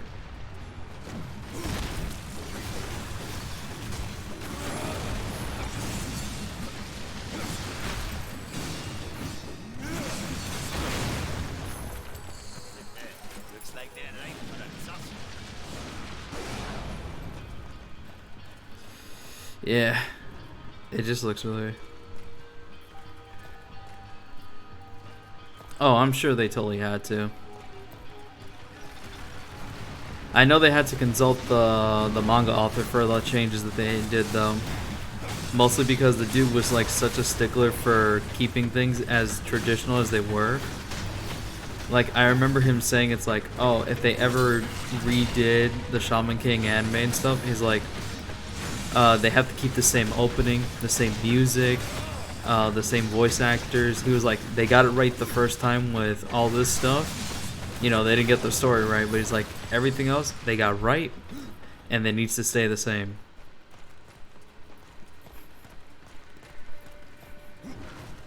Like, that stuff I remember, like, he was so anal about it. So I'm sure there had to be some compromises, obviously, to get it to be fucking airing nowadays. But, you know, honestly, so far it is looking like a really good adaptation of Shaman King and shit. It looks really nice. Okay. Well, have at it then. Let's go.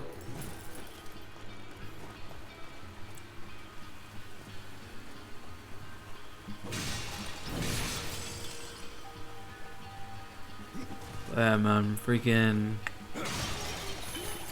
I'm just hoping it'll be a nice little run through. You know, get the story done well and all that. And you can see a couple of fights animated. Mostly. That's like the dream.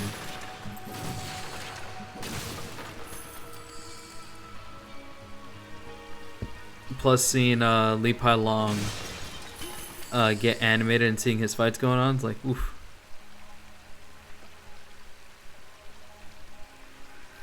Need Trigger to do it, make a baller. God, imagine though, like Trigger animating some of the fights in Shaman King, like, oof, oof, man, it would be so fucking over the top, moving parts, everything. It would just be too much for the eye, like most Trigger shit. It would be like too much for the eye most of the time. But it would be fucking cool. Like, it'd be too much visual stimuli, but goddamn, it would be so cool. It don't matter if it makes no sense. Here we go.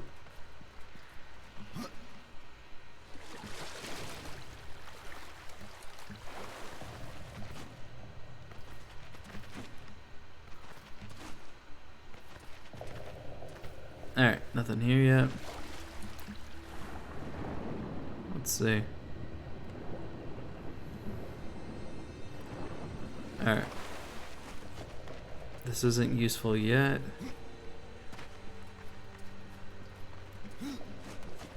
Gotta go back under.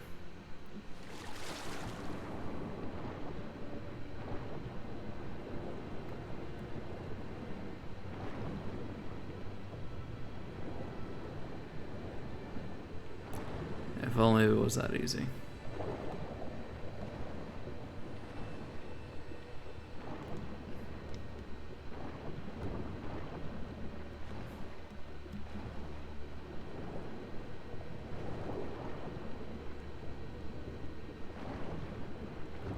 Let's see. There's that one that I came through, and this one. So obviously it's here.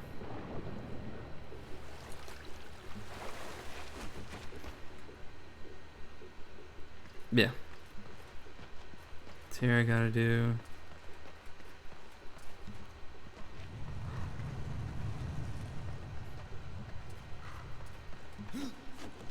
Nothing with that yet.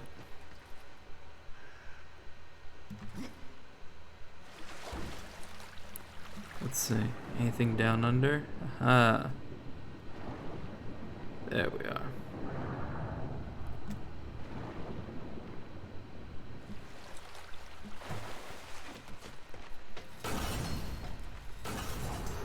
Nice. Alright. Open this bad boy up. I cannot. Oh, okay. Hold on. Now you can.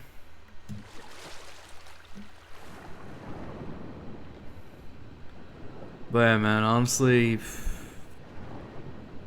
I'm hopeful. I'm hopeful. Things are looking up. But yeah, man, honestly, like, I didn't think I was actually gonna miss the Strive beta as much as I did, but goddamn, it was fun. It was fun, you know, aside from the basic issues, like, you know, shitty lobby. But man, when you got a match and you had that, ooh, super fucking good connection, like, ooh, damn, man, like, it was just perfect.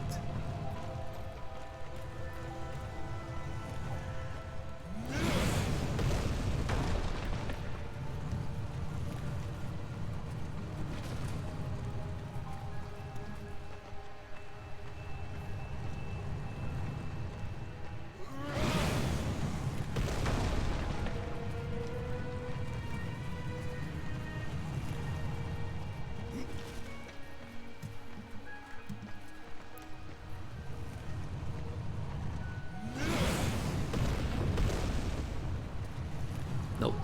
What's that?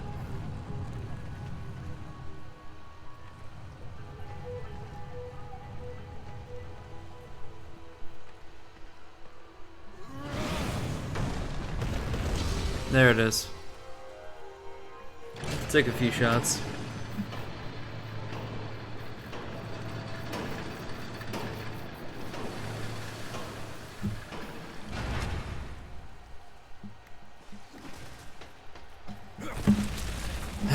Give me a second.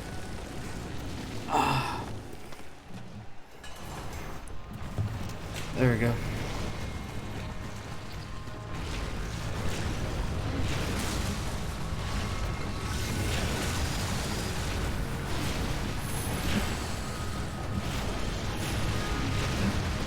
I was getting mad uncomfortable in my chair.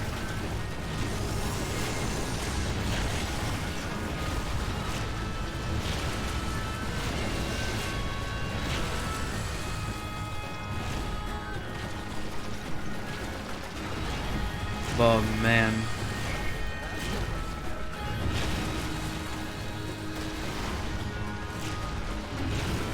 There we go.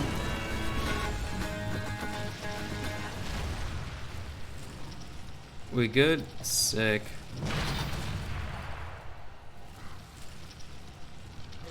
Stone's bigger than you.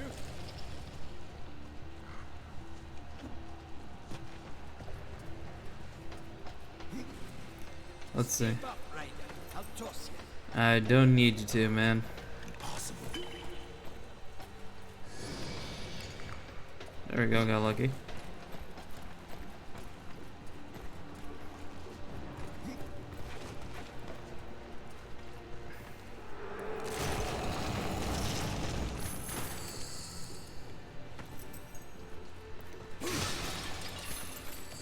Collect some of that money, baby.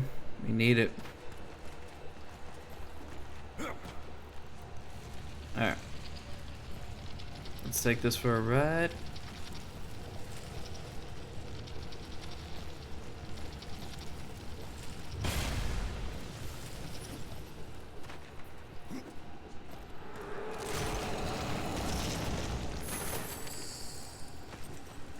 Very nice, very nice. Is it better than what I got right now, though?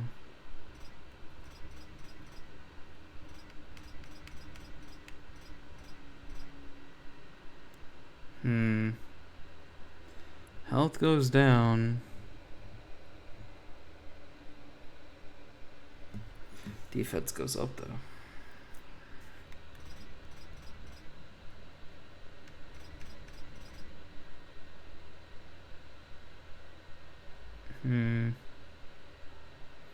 The difference in health compared to the difference in defense. I'll take it.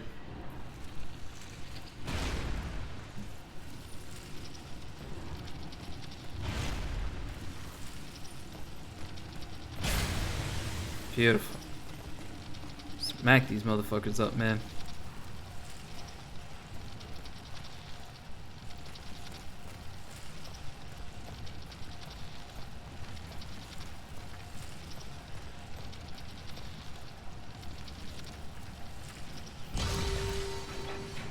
And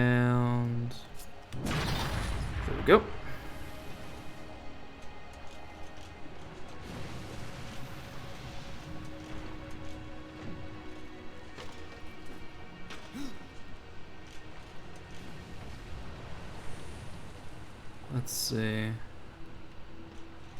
Whoop. Got it.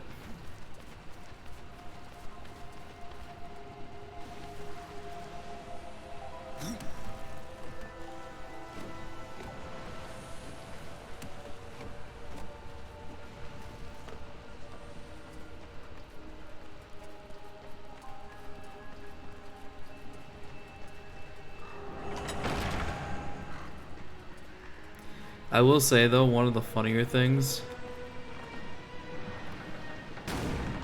Hello, Shadowfang. How are you? How's day? Day is good, actually. Well, for me it's night right now, but you know, night is good as well. How about you?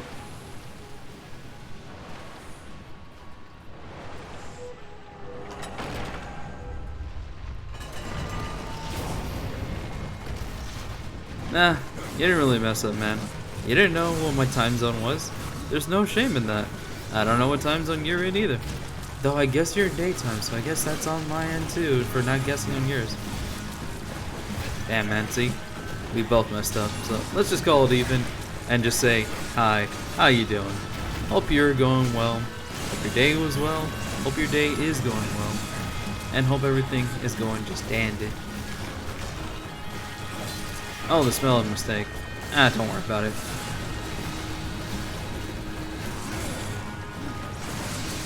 You spelled Epic Gamer correctly, so hey man, you're doing alright in my book.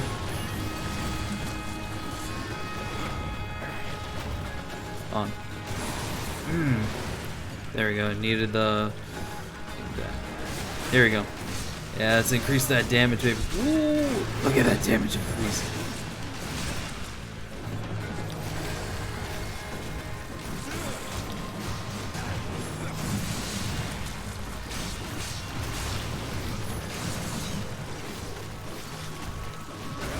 Oh, hey, what do you know? Neat.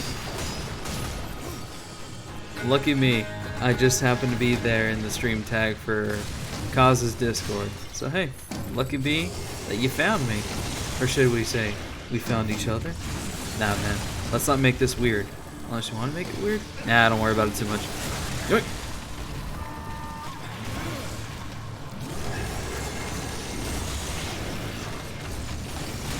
Yoink. God, I need that upgrade for the God Fist just to do the epic Death Shoryuken move that he can do later on.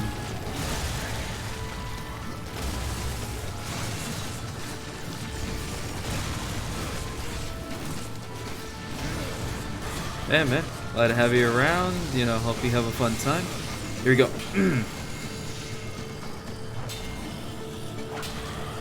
Hate these assholes so much. Perfect time for a level up. Thank you. Ooh, fierce axes, you say. Ooh, more fierce axes, you say. Damn. Damn, bros. Oh, man. Whoops. That's not what I wanted. Keep messing up. Damn, bro, I'm not doing so good. Oh, man. Alright, this is good. But that 15% critical damage for 14? I do miss the color. That purple was pretty swag, but I guess we'll just have to deal with it. Why, hello, darling. How you doing? Hope you're having a good time. And I hope you enjoy my stream. Thank you for coming by. Let's see, drops my critical damage. What? But I need my critical damage. 7%. Oh man, I don't need that much. Don't need it that much. Let's see. Frontal damage more. Let's see. Damn, bro. That Portuguese? I can't read Portuguese. This does more piercing. Oh, you're Brazilian. Ah, nice. I didn't want to assume. Damn, these sights look nice though. Ooh, yeah. I'm keeping these sides on. They look nice. Oh, hey, I never had a Brazilian viewer before. That's nice. And thank you for the follow, darling. Oh, that's fine. Don't worry about it. You speak however you feel comfortable in, and I will just continue speaking how I feel comfortable in, and we'll just guess everything, you know, as people are wont to do. Also, oh man, look at that orange tint from the infernal effect on these sides, man. Look at that. Ooh, it looks so nice. Yeah, man, don't worry about it too much. No need for apologizing. Damn, man. Brazilian, Japanese, man. Fuck me, man. When did I start getting worldwide up in here? Didn't expect to be this popular, guys. It just wasn't meant to be. Can't handle this kind of popularity. Translation, I'm Chinese. Ah, okay. Damn.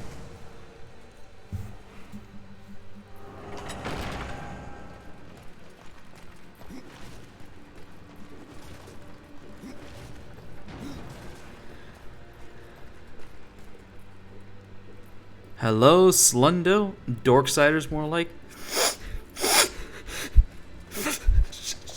Shut up! Shut up, man. You don't know what Darksiders has been through, man. You weren't there. You weren't there when shit hit the fan. But hey, how you doing, man? Hope you're doing good. And hey, Lethal. Holy shit, man. So many people are coming out tonight. What the fuck?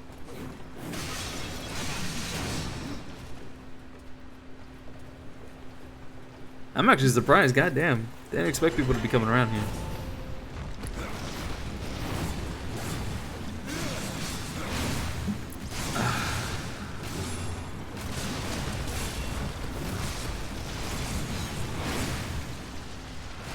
I was hoping he would have fell off the cliff. Damn, man.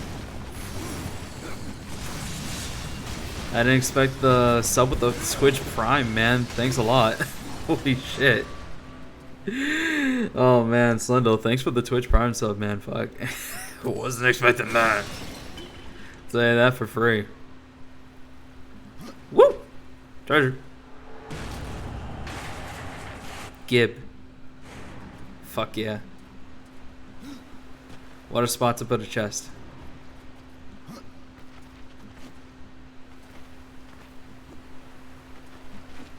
Yoink. Damn. I was hoping to cheat that. Oh well. There we go.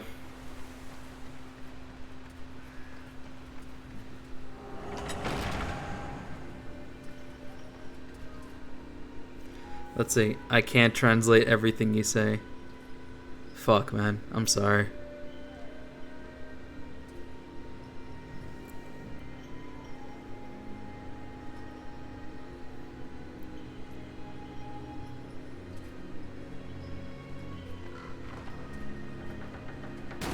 All you got were those emotes? That's weird, man. I actually have, like, specific emotes. I don't know why you got that weird-ass coffee cup. Is it a coffee cup? I see rainbows.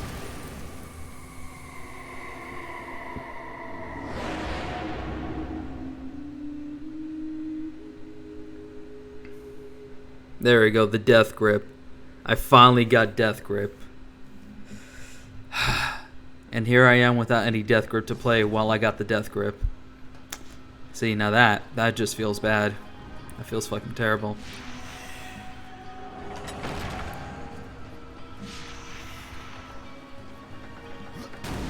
Yoink. I did? Let's see.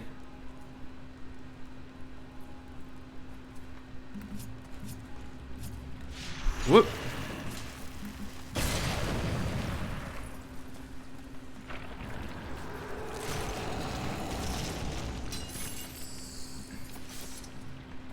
Funny enough, though, the whole fucking death grip thing, eventually it does become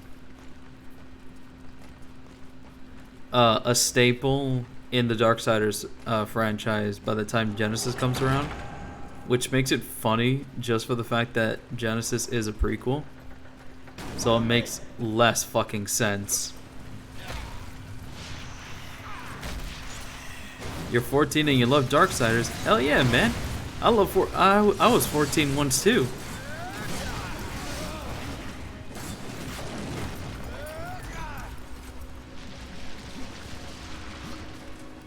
Do that, man. Thanks for stopping by. I really appreciate it when people come by and I'm able to talk more often instead of just like talking aimlessly into the wind. So, you know, good ass feeling overall. But take care and have a good night, man.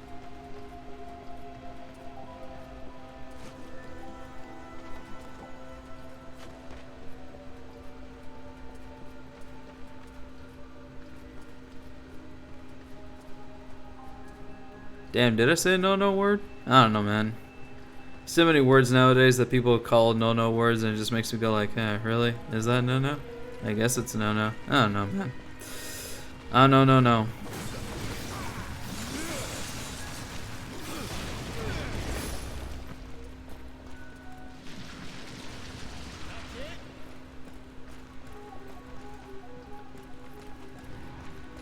I literally said fuck.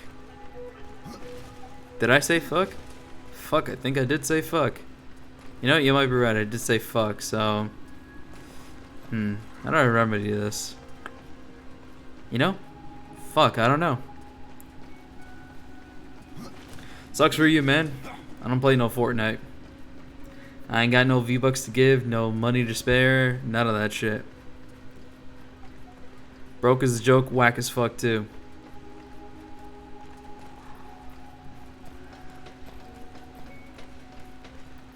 You're better off hustling someone else.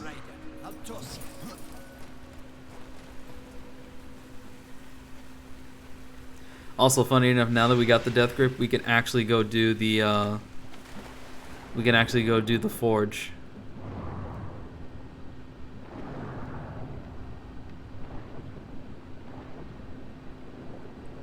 So that's actually pretty nice. We can actually go do the forge now. Let's see. Fuck, where was I going in? Here we go. This is the one.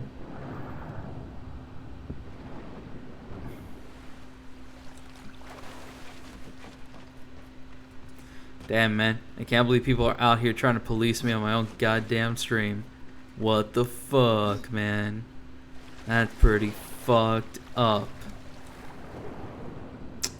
But damn, do I give a fuck? Probably not. Probably not. Don't think I can give a fuck.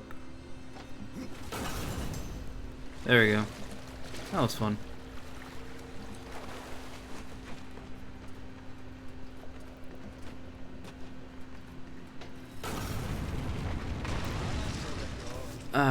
Give me a second.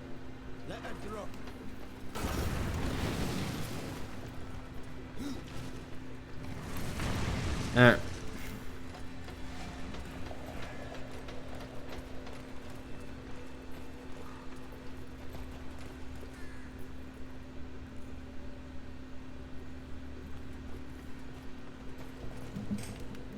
Let's see.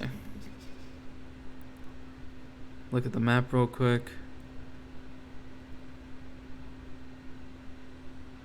Oh, right, yeah. Should probably go back to the main area.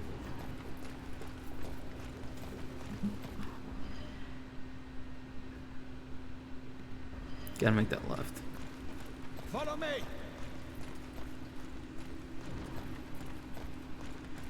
Shit, man, you know where we gotta go? Lead the way, hombre. Lead the way.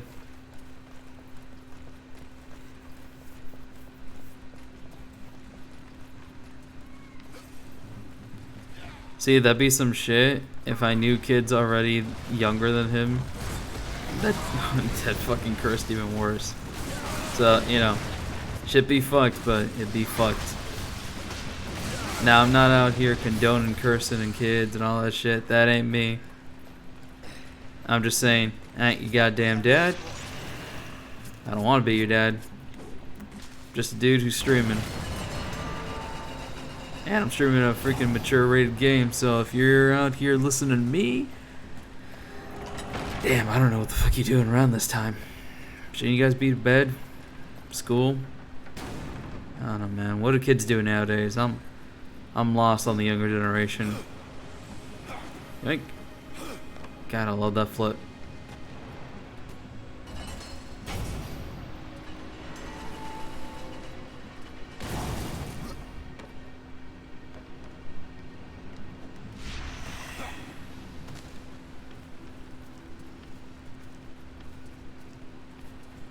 Alright, you got my attention. What about 2B's ass?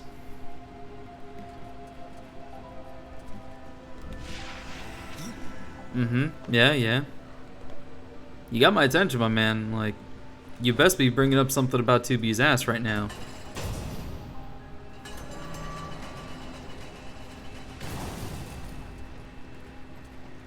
Who would suffocate you faster with face hitting, Poison or 2B?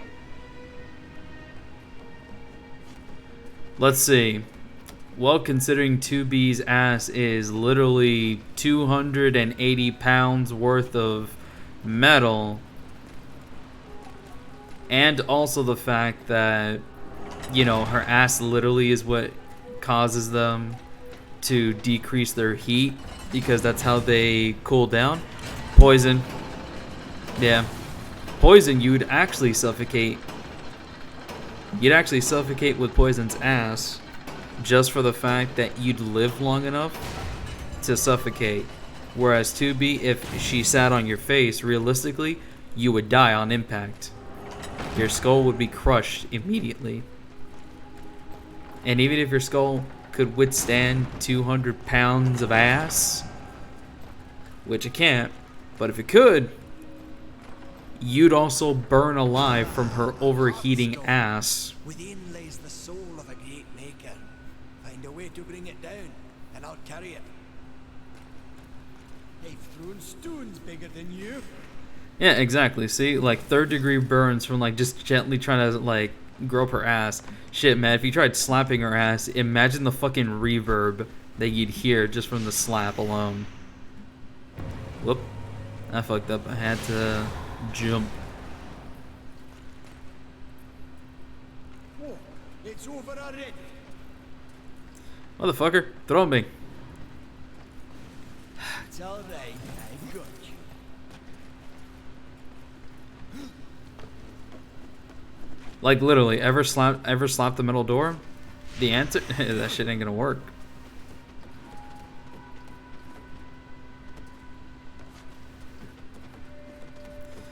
Tell you right now, 200 pounds of ass, you try gently trying to slap that shit, just going like fwapa.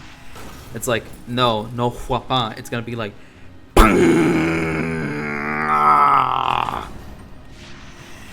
exactly, just a bass boosted on your fucking hand. Imagine 3rd degree burn, you broke your fucking hand also because you slapped it with enough force to cause a reverb in the first place. So, y'all fucked up. I fucked up.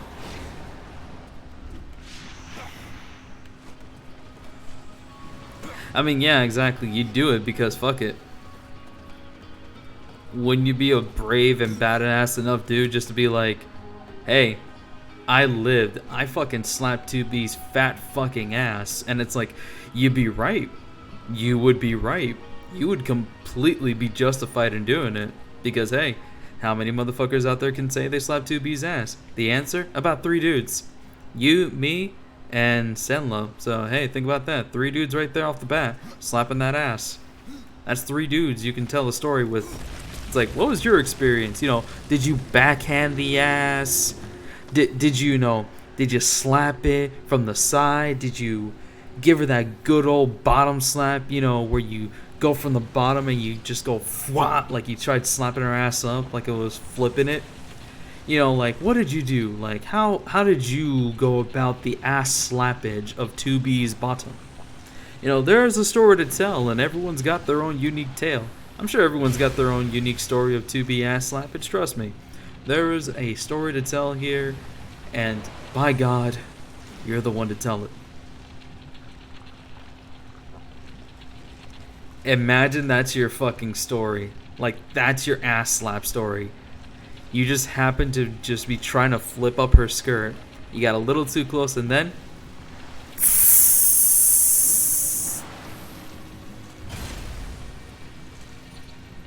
Man, I wouldn't want that to be my story. Sounds fucking whack. Completely and utterly fucking whack.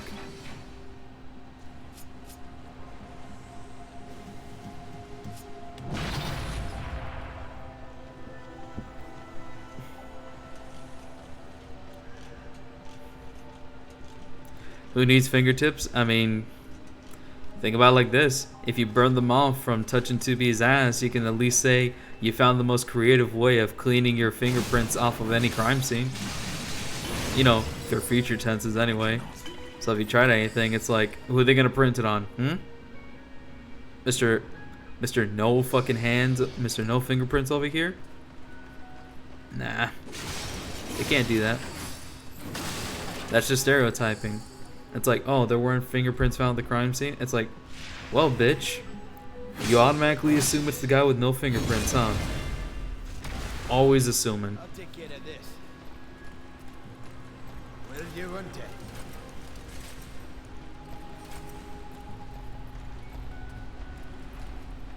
Let's get this back to the Guardian. Huh? Put the Harriet up a bit. Oh yeah, the Guardian. Yeah. We do gotta do that.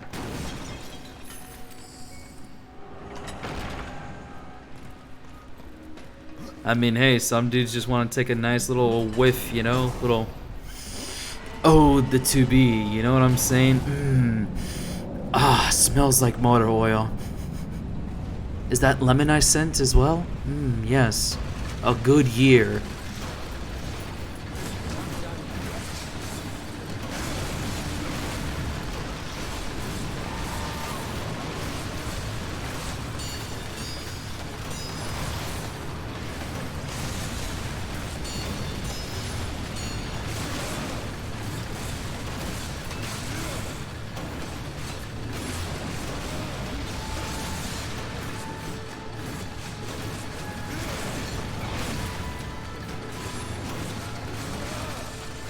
There you go, see, there's a man who's ready to fucking go, man. Slendo the type of dude to just be like, look, man, I'm ready for the robot wives because I've literally spent my entire childhood sniffing fucking gasoline, gasoline, battery fluids, and and I spent time looking at exhaust pipes all day, man. One time at band camp, I even tried sticking my dick in the exhaust pipe of the bus, man. Right before we went on a field trip. Think about that, man. There are dudes out there, man. They are ready for this fucking war of sticking their dick in the machine women. Are you gonna be? Which side are you gonna be on, man? You gonna be on the side of the ones doing the fucking, or are you gonna get fucked? You get what I mean? Slendo picked his side already. That's the kind of guy he is.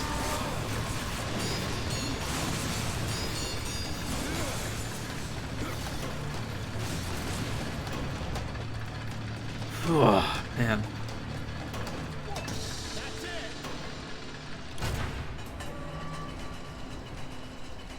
I don't know where I went there, man. I don't know where I went during that conversation, but I fucking went somewhere. I can tell you that for free. I fucking went someplace. Where exactly? Somewhere. I went fucking somewhere. The old stone awakens.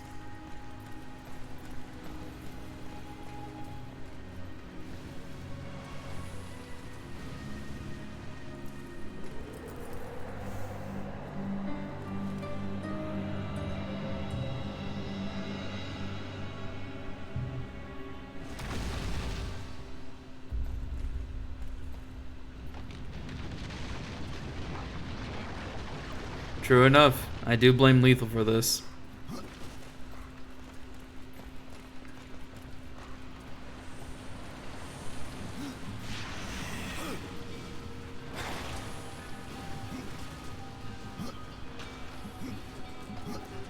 I will blame Lethal to the high heavens for making me bring up half the shit I brought up.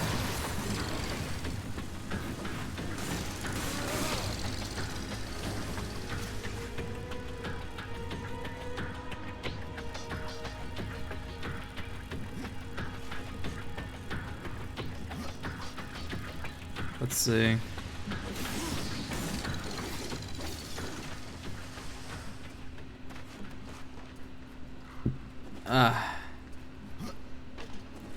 Shit, man, I know I'm right. I said it. Wouldn't have said it if I wasn't right, you feel me? Of course you do, because I'm right.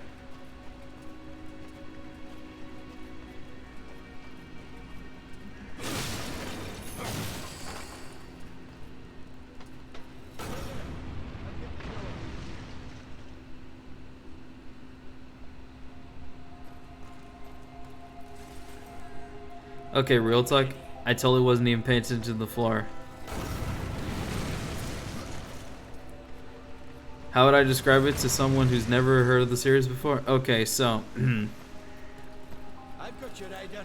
Up aboard. imagine the Christian dogma, you know, with the four horsemen of the apocalypse, heaven, hell, and all that stuff. Imagine all that, but through the lens of an edgy teenager. Nah, edgy teenager's not right. Just imagine it if fucking like a 90s comic book artist and author wrote exactly what the hell would happen during the apocalypse and all that stuff, and how the horsemen were created and all that stuff. That's basically what this is in a sense. The gameplay is basically Legend of Zelda meets God of War.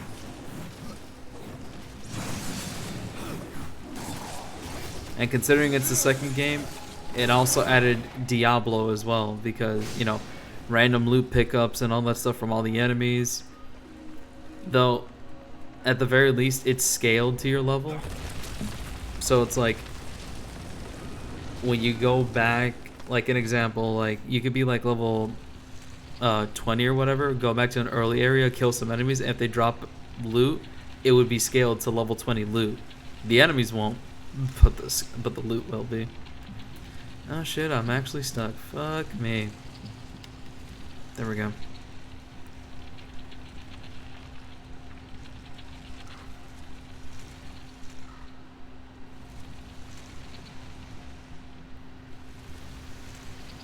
Alright, let me go around.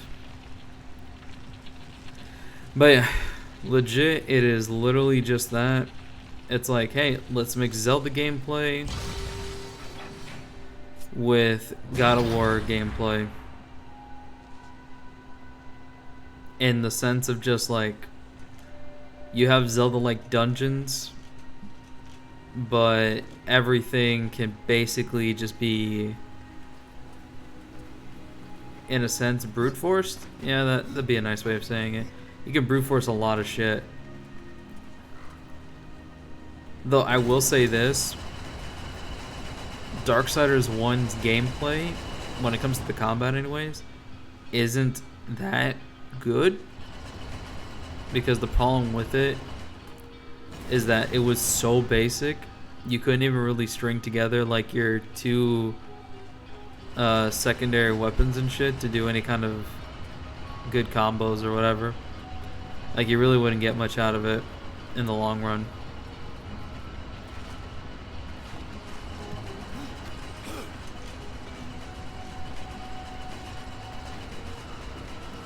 Yeah. Like, the first game, it's like you had your default weapon with, and you were playing as War, which, according to Darksiders lore, he is the youngest of the horsemen. Because the four of them are brothers and sister in this lore. So, you know, be like that. But War is the youngest. He be the young one. Which, funny enough, for the longest time, I actually thought he wasn't the youngest until I think Genesis is when they finally like mention it in the games that War is the youngest, like in the games. But apparently, like in other stuff like the novels and whatever, in the comics, they mention that's like, oh no, War is the youngest. So like in terms of age, when it comes to the Horsemen, it is literally Death is the oldest, followed by Fury, then Strife, and then War. Like that is the order of age here that we're working with.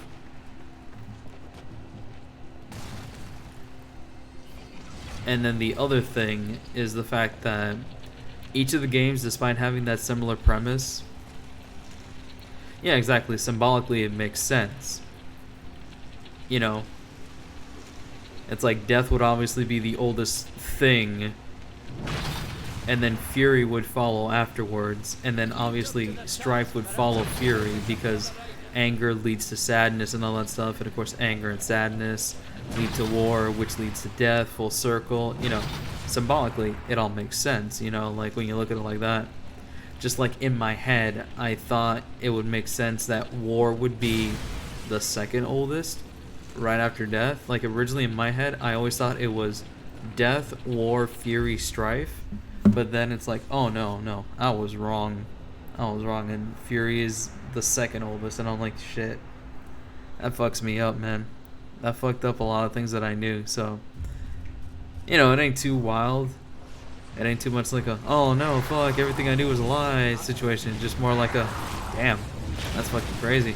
Didn't expect it to be like that situation.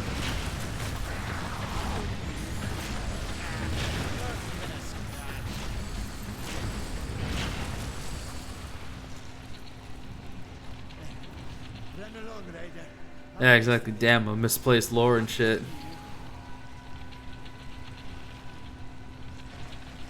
But, you know, it's fine. I'm totally cool with that. At the end of the day, it don't matter. Who's the guy with me? Oh, okay. The big dude right here is what we call a maker. And the easiest way of explaining makers is, okay, imagine dwarves. You know, the kind that... the stereotypical kind of dwarf where it's like, oh, you know, they create things and whatnot. But imagine this instead of like, oh, they create things. Like, you know, weapons and things like that. They still do that, but as makers, not only do they make weapons and shit, but they're also responsible for making worlds. Like, worlds, planets, life. Like, creation.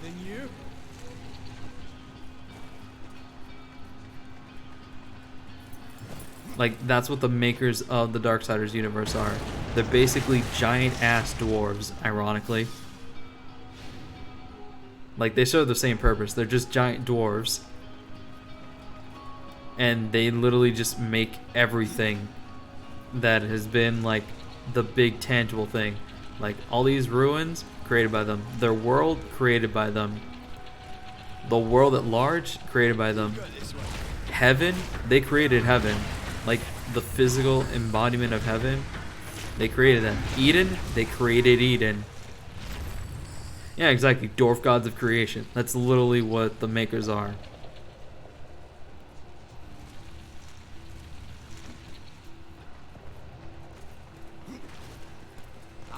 And Karn over here is a maker, but the thing is, he's not so good at making things. And he'd rather be a warrior, so... you know, he'd rather prove himself as a capable fighter rather than just like, oh, haphazardly trying to make shit. Because that's just not in him to make things. He'd rather just fight. So that's why it's like, oh, you know, he's not like the only one like that. There's another dude, Thane, that's also another maker that likes to fight. Damn, that camera angle fucked up. That's a good. That was actually one of the good ones.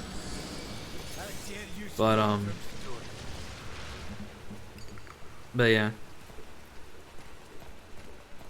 let's see, there's stuff like that, and let's see. Oh yeah, in this lore, all the horsemen are Nephilim, but instead of it being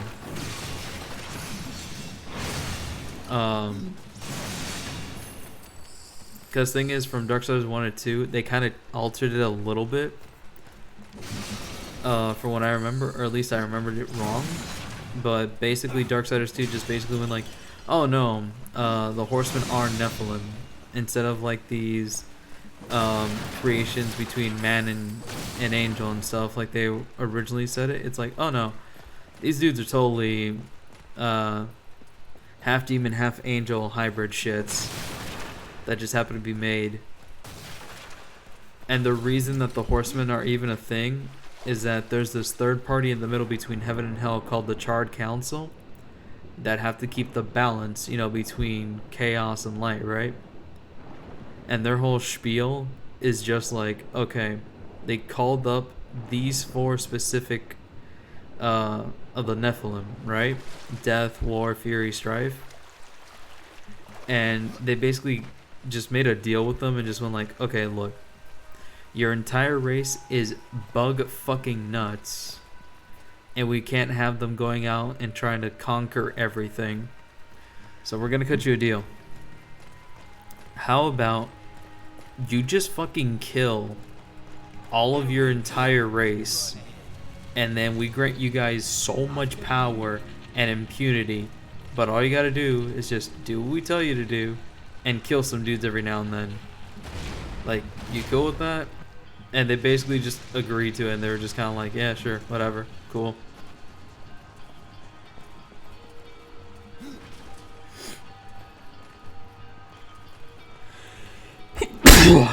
Excuse me.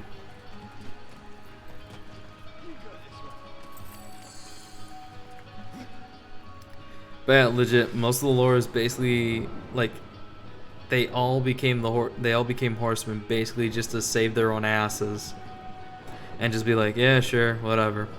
Because at the end of the day, the council was gonna get rid of the Nephilim one way or another. Like, there wasn't any if, ands, or buts about it. They were just gonna slaughter them all. But they figured it's like, why waste the entire race when you can get a couple of them to be, you know, some of your strongest warriors and basically all-around balancers of the cosmos.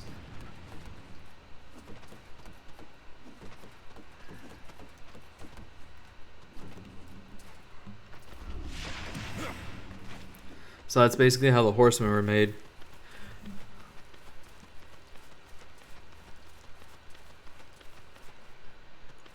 In a sense.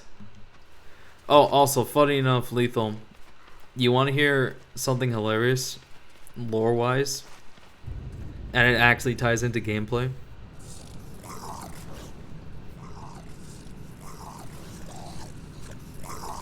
Okay, so in the first game, when you pressed the right bumper or R1, whatever equivalent, with War, he had a block.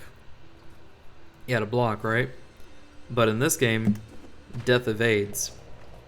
Now, before the game came out and they were doing like these interviews, they literally said, and this was the funniest shit, to explain why Death evades instead of blocking like War did, they said Death is so old and ancient and like so fucking good at his job, he basically doesn't need to block because no one will ever touch him.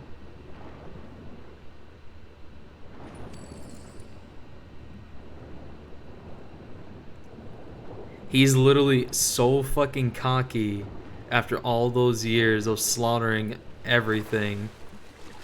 He literally just went like, nah, I don't need a block. Blocking's for pussies.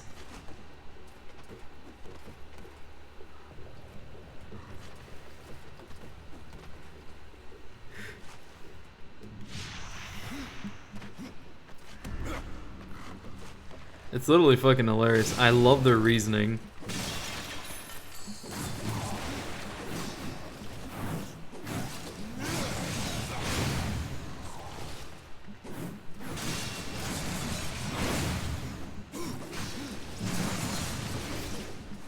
You know what actually makes it funny? Like, in the long run? In the long run, all the horsemen have the evade, except War.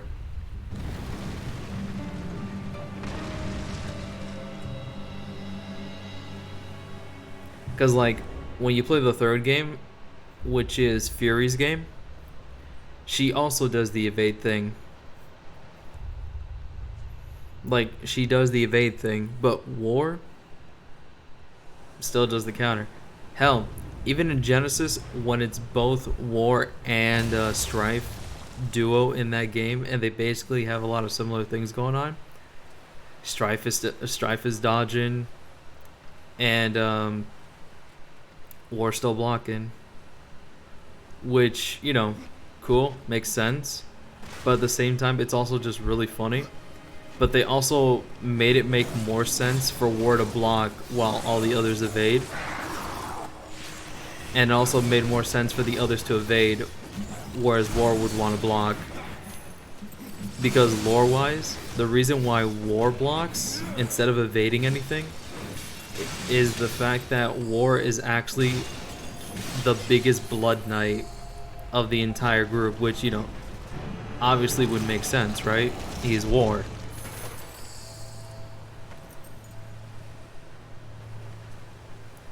So literally, lore-wise, War is such a big fucking Blood Knight. That's why he'd rather just block.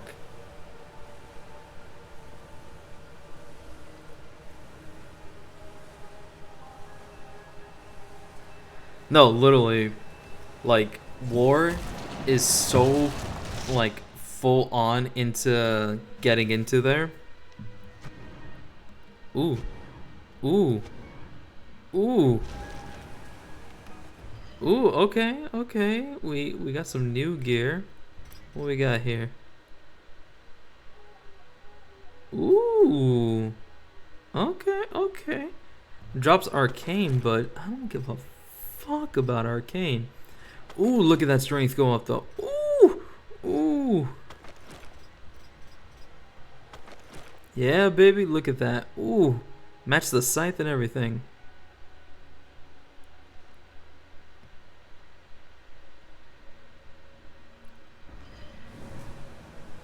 No, here's the thing. War is actually mobile. That's what makes it funny. He's actually pretty mobile. Like, he has a sick-ass dash and shit. Like, he actually can get around. But mentally, when War goes off, he goes off, man. Dude does not give a single shit when things actually start going down. He's just like, oh, you want to fight? Let's fucking go. Let's fucking go. Okay, we're going. And it basically just will not end until everything is fucking dead. Legit, War is so blood hungry when it comes to fighting and everything. On one mission, when all the 4 horsemen were out together doing a mission, the mission was done, they were gonna head home, but War was still in such a blood frenzy and wanting to fight that despite everything, and then telling him, hey, we're done, we're out of here, there's no reason to be here, he still wanted to fight, and he kept fighting and killing more enemies and shit like that. And like, yo, we're done, we're out, fuck it, didn't care, kept fighting, to the point where it took all 3 of them to fucking hold his ass down to calm him down. It took Fury and Strife to hold him, while Death came in and he figured the quickest way to calm War down was to slice his left arm clean off.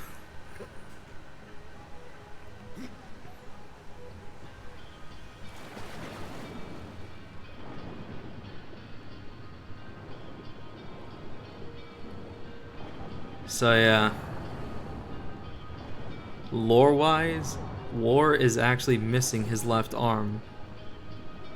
Even though you can still see him have like an arm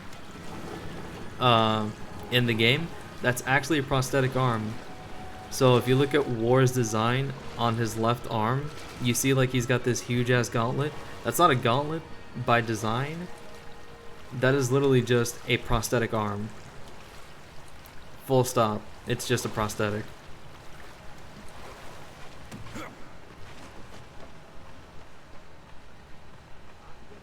Impossible.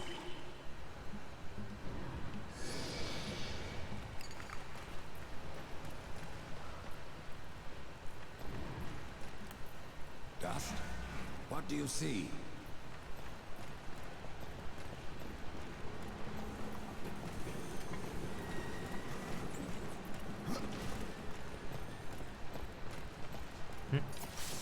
Neat. I could sell that for later.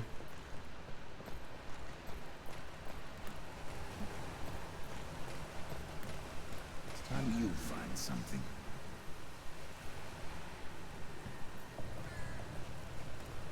Alright, so we need a big bola. Ah, I'm dumb.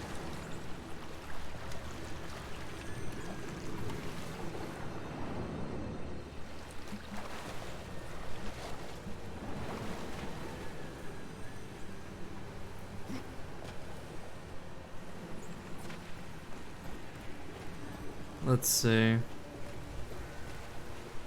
Anything over here, here? No? Hold on. It's been a hot minute.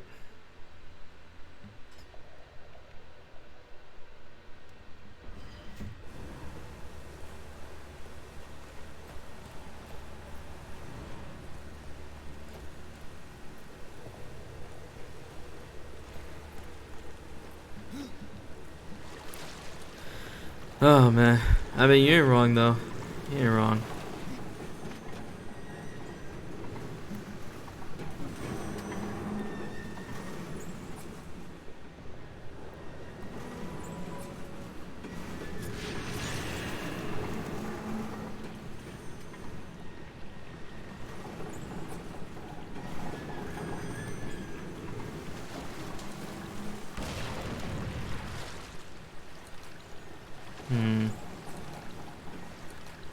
Oh, there's something I'm missing here.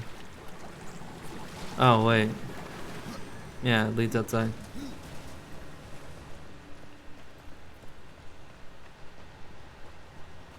Oh, okay, so funny enough, the goal in this game is to basically...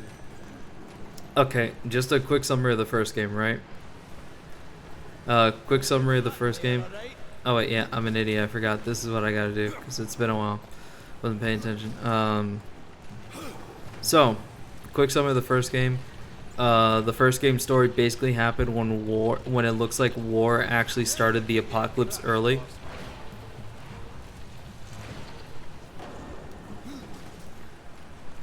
So it looked like war started the apocalypse early because like there are these 7 seals in the Darksiders lore. Where it's like, okay, these 7 seals are basically what count as the deterrent for starting up the apocalypse, right?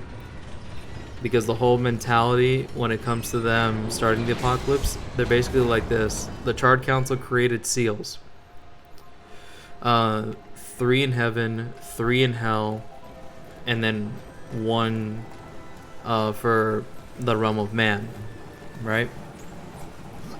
So what they did was basically just like, okay, these 7 seals will be kept in separate places, and only when all 7 are broken does the apocalypse officially start. And the whole point for the seals was basically like, okay, the apocalypse would only happen once humanity was at least ready enough to be able to stand a chance against both heaven and hell, to see who would become like, you know, the full... you know, the one who had the right to live kind of shit. So, basically, the first game happened where it's like, oh, the apocalypse happened, and they blamed war for starting the apocalypse because they checked and the 7 seals were not broken. Or at the very least, the last one wasn't broken. The first, you know, the first couple, they were broken. Because the thing is, once all 7 are broken, not only do heaven and hell come out, swinging, but at the same time, humanity also has to fight at the same time. And not only that, but once all 7 are broken as well, all the 4 horsemen come down to Earth as well to make sure that the fighting stays even and all this shit. So, you know, it is a huge balancing act of death and destruction and all this shit, right? So, what happens is that at the end of the game, you basically find out that war was set up big fucking Mongo time by not only the Charred Council, but the whole apocalypse starting early shit wasn't even his fault, because he thought he heard the call, right? Like, oh, you know, heaven and hell are fighting, so it's like, oh, he heard the call. And the council basically imprisoned War for 100 years before finally saying, hey, War, why don't you go back to Earth and fix your fucking mistake? So, in that 100-year sleep, War was basically locked up in prison, in a sense. And he had to basically, as soon as he got awakened, after 100 years, after the apocalypse went down, you get sent back to Earth, and obviously not really any humans around. It's a shitload of demons, and there's some angels left there too, from, you know, the original war with the apocalypse and shit. So, you know, you do what you can, and, you know, the basic idea then was just like, fuck, what do we do? You know. So at the end of it all, just to summarize it, because I could go on and try to explain the whole fucking story, but long and short of it is, lots of betrayal happen, lots of death happens, and you basically find out that one of the higher archangels of heaven basically wanted to start the apocalypse early, but leave the last seal in place just because he wanted to make sure that they could get rid of hell. So he would start up he would break every seal except the last one, who he would have hidden, just to have an excuse where it's like, oh, hell attacked Earth, even though all the seals are unbroken. It's like, oh man, you know, and then they'd be justified in being able to wipe out hell without having to wait for the apocalypse to happen at all. They could just be fully justified in the murder, you know? So it's like, whatever, who cares? It's hell, no one's gonna care. But then, you know, he was warned by one of the makers, who he himself participated in this little plot, but he basically made sure that not only were the seals broken, but he also made sure to just be like, you know what, let's try to make sure that, you know, we cover our tracks and shit. So after everything was said and done, you find out everything. War manages to not only beat the angel who started this whole shit, which, funny enough, he started this whole shit, and this whole time in the game you hear about this guy, the Destroyer, like he's some big motherfucker from hell that, you know, has these 4 big generals that are controlling this general area of Earth and all this shit, and are just powering him up and everything. You find out that the Destroyer is basically a corrupted version of that angel, because once he got down there and he actually had to fight some of the strongest legions of hell, like Lilith and shit, he basically got butt fucked and mind broken into becoming one of hell's great generals. So you fight him, you kill him, and then through a series of events, you basically cause the final seal to be broken, because War managed to go to Eden, and Eden gave him a gift, which was the gift of future sight. Because Eden gives many gifts to different people, and it gives them a gift of sight so that they can see their future, you know, of like their imminent future of what might become of them. War saw he was gonna get fucking killed. He saw the betrayal. He saw the plot twist, right? Basically, they showed War the plot twist of what was gonna fucking happen, He saw that shit and he prepared ahead of time and was like, nah fam, I ain't dying like a bitch. So he managed to trick one of the angels to not only kill him, but break the final fucking seal. Because he found it and he was holding on to it right when he got stabbed through the fucking chest. So he literally big brained it because he knew that, oh, once all 7 seals are broken, all the horsemen get summoned. So he was like, oh, okay, if we're gonna get summoned when all the 7 seals are broken, I'm gonna make sure that I get killed while holding the seal, so the seal breaks, and then once it breaks, I'll get revived at the same fucking time, like it was nothing.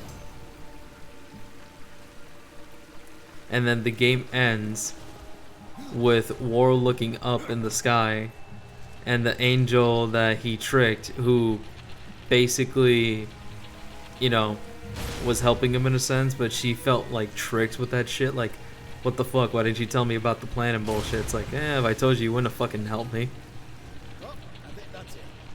So yeah, basically that kind of shit happened, and it was kind of funny. Oh cool, this heart is corrupted. I'm sure that's not gonna cause a problem. Smile.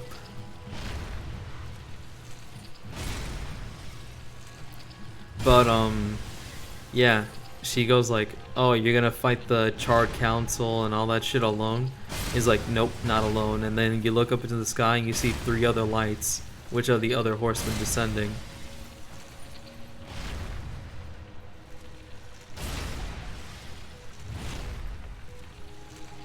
You only played the second game because you found it in a swamp meet? Ah, fair enough. Fair enough, honestly. I would suggest the other games, but I am biased as hell. So yeah, try the other games. Only get 3 if you can get it on cheap though. And that's me being unbiased. Love the series, but yeah. If you want to play 3, you get that bitch on cheap. You get that one on cheap. You do not pay full price for 3. You do not pay full price for 3.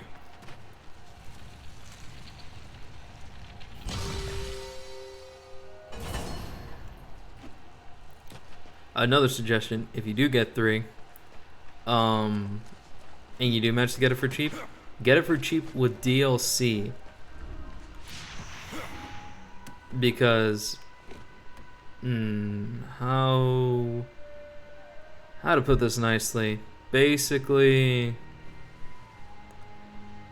3 was made during the time where they obviously did not have the same kind of money and budget that they did during 2's development. So it's not going to be a fair comparison at all into being like, oh, you know, what's better, 2 or 3? It's like 2 is obviously the better game just because it had that budget and time and everything. So, you know, can't really be fair comparing over here.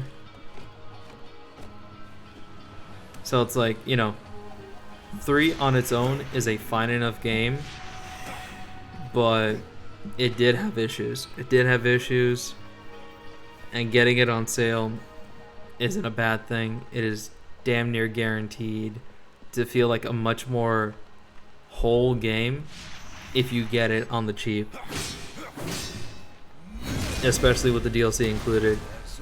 Because the DLC included one of the mainstays, at least what I consider a mainstay for the Darksiders series, which is the Crucible, which is literally just like a gauntlet arena shit, but I always consider that like a Crucible, a standard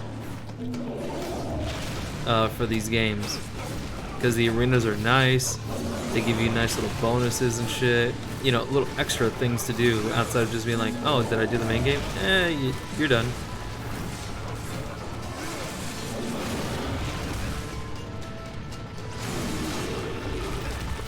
But you know, that's just how it is. I mean, personally, I didn't get Darksiders 3. I got it when it was new, funny enough, but I didn't pay full price for it because even when it was new, it did not do so well on at all on its sales and shit. Because I didn't actually have money during the time when it was new, but around later that year, I think it was like a little bit before Christmas or whatever. I think my dad gave me some cash for like some Christmas money or whatever. And he was like, here you go, here's for like 40 bucks or whatever, get yourself a little something for Christmas.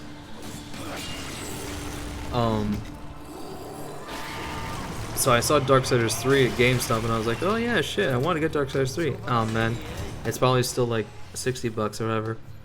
Hey, here we go, we learned evade counter finally. God, yeah, evade counter is what makes that so fucking good. Just more good shit, just whew. Good shit.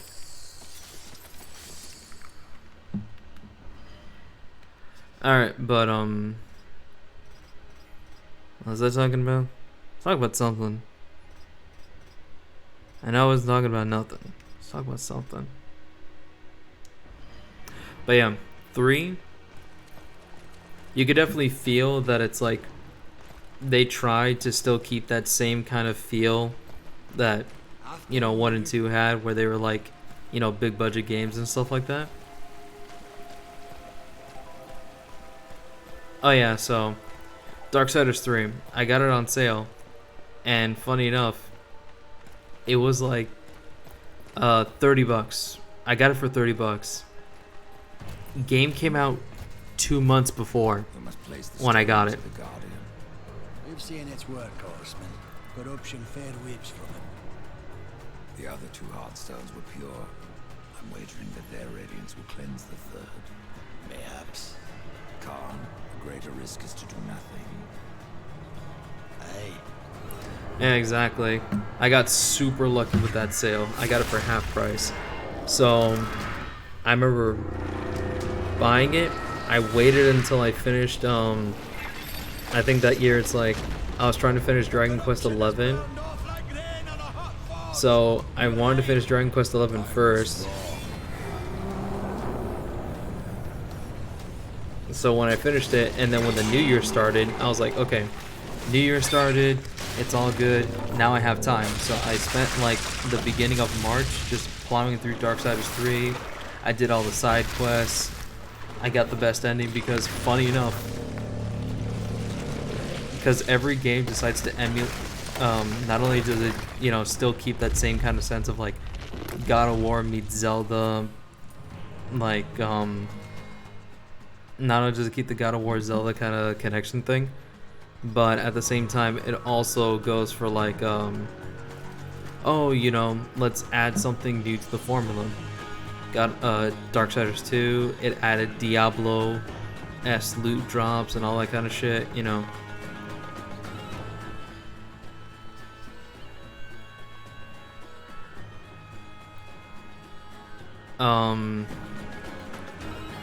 Whereas freaking, oops, I'm getting turned around, yeah. Whereas Darksiders 3 decided to go for a more Souls-like approach. If you know what that means, then yeah, you basically got it. They decided to take the Dark Souls route.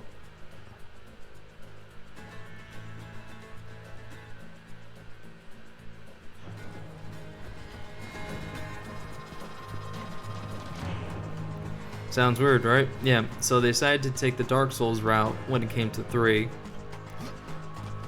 And that means that 3 actually had multiple endings, which I thought was hilarious.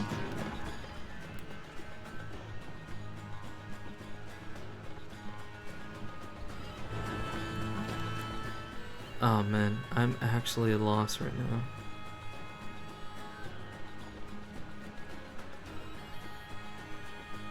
Okay, there we go. It was this way. But yeah. it had multiple endings, and also had bonus endings depending on what you did. So you can get I think there was a bad ending, normal ending, good ending, and then good ending secret, where it's like it had the good ending but also had like an extra thing that would tie into like the future games basically.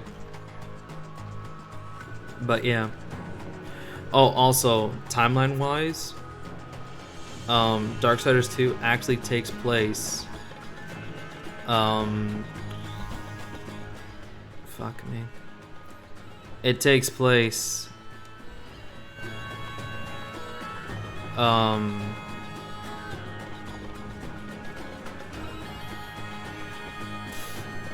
a little bit before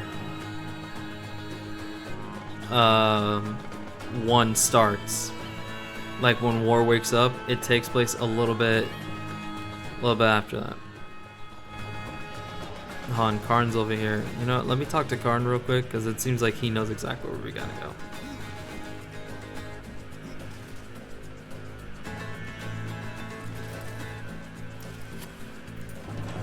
What have Yeah. you done?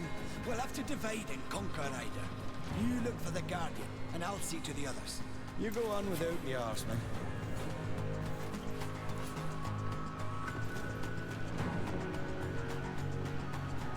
There we go. What do you see?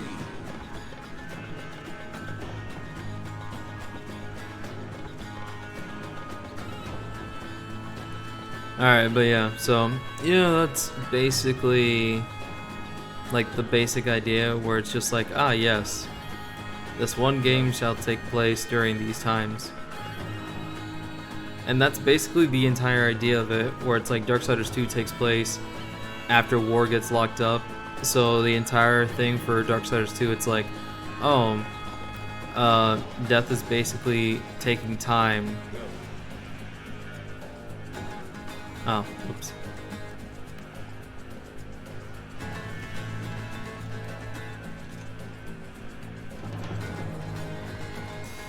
To basically, Death's entire purpose in 2 is just resurrect humanity, because like, if he resurrects humanity, then war fucking up doesn't count.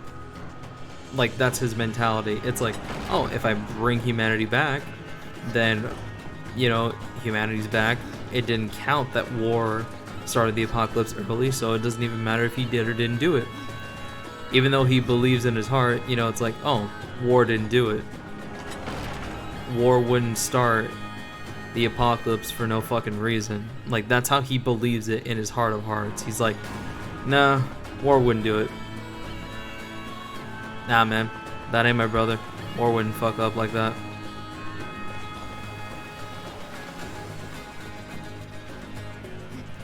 Which I honestly think is hilariously one of the sweetest things about the series. That Death actually just like full stop just goes like, no. I believe in my family. Full stop. He's just like, nah. No, they didn't fuck up. They didn't fuck up. You guys fucked up.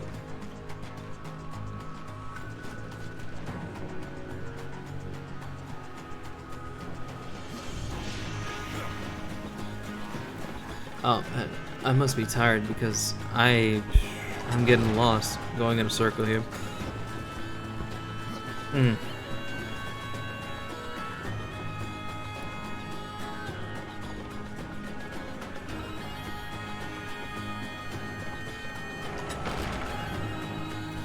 Yeah, exactly. I know it happens. Just, it's super funny because it's like, oh man, I love this series and all this shit, and you feel like, it just feels funny when it's like it's a series you like, but then it's like, oh man, if you like it so much, why haven't you memorized every single bit of it? And it's like, man, I'm not that good at memorizing everything. I'm pretty bad at that, actually. Yeah. There we go, see? That's my way out. Had to look at the map. Pay attention. But yeah. But yeah, that's the other thing of Diablo that they did. You know, it's like they added quests to this game. They did all that shit. So it's cool. And then 3, it's like they made it more Dark Souls-y, where it's like there's ways to getting multiple different types of endings, changing the endings. There's even some side quests that you can do that it's like, oh, you know, it doesn't seem like anything, but it can actually add to you getting the secret ending. And I always thought that was kind of funny. That's like, oh, there's that potential of doing that. And also has that Souls-like element where it's like you have your main central hub and it kind of like branches out into other small areas that connect into each other in ways that you didn't think they connected into each other, kind of thing. So at least I commend them for doing stuff like that, where it's like, you know, they wanted to make the world seem more connected. So kudos to them on that. But they really tried messing with it when it came to the gameplay side. Though luckily by the time that I got it, there was already a patch that fixed the gameplay, so I didn't have to deal with it. But I remember trying it out for a minute, and I was like, yeah, no, this ain't it, Chief. This ain't it. Fare thee well. So, just to give you a quick little heads up on what I mean.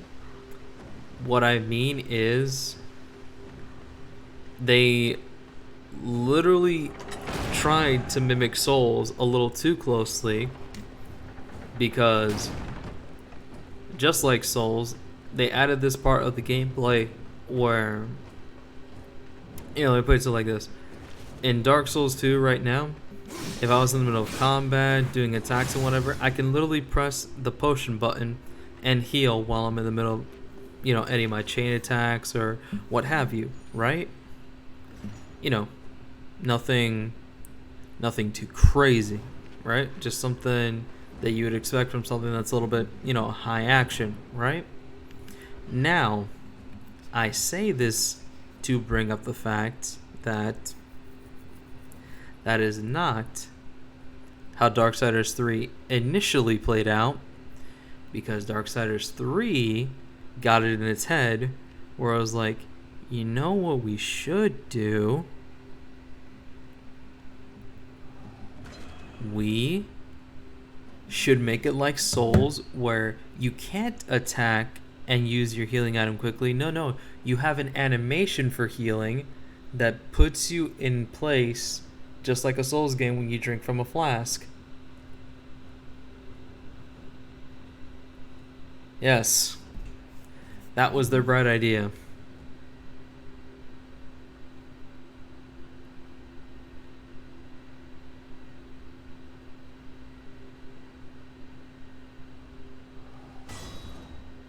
There we go. Teleport slash max down.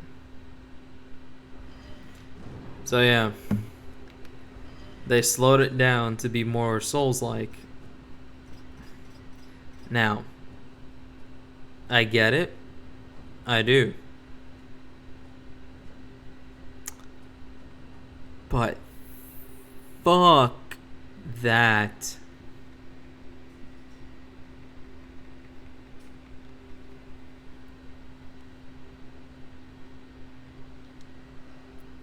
Legit, fuck that.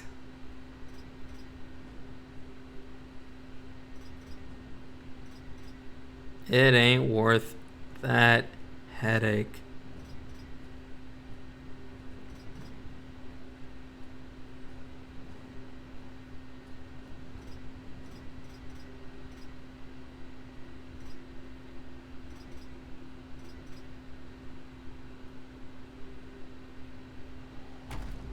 For fun. But yeah, luckily by the time I got it, they actually introduced a patch to the game where it actually gives you the options. It's like, okay, before you start the game, here's your options, and they tell you basically, it's like, oh, you can play it in the way that we designed Dark Souls 3. This can't be. So it could just be like, oh, you know, you play like how we planned it, where it was just like you do the slow thing where you heal up how, you know, like I told you, where you stand still and, you know, take your time with it or whatever.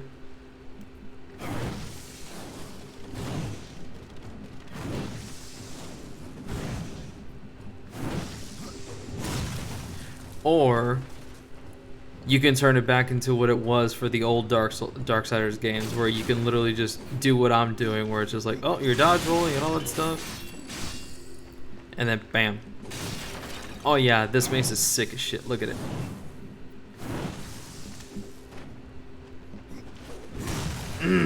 Look at that damage though. You saw that hit? And also causes frost. And frost just adds to damage over time, similar to poisoning, but it causes a bit of slow onto the enemy as well.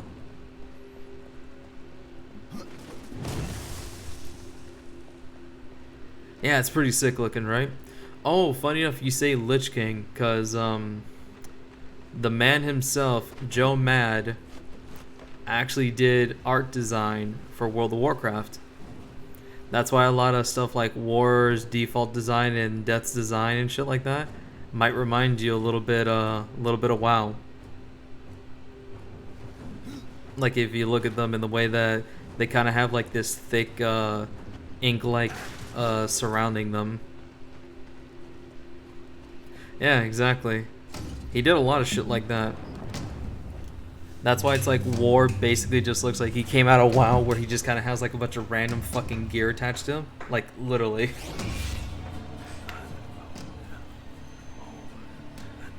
No!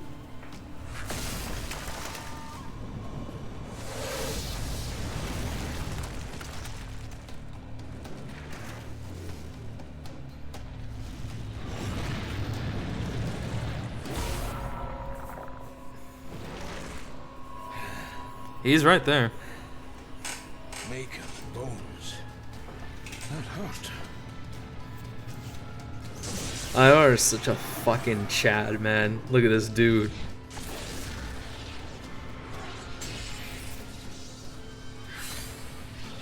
It's beyond my help, horseman. Do your worst. Okay.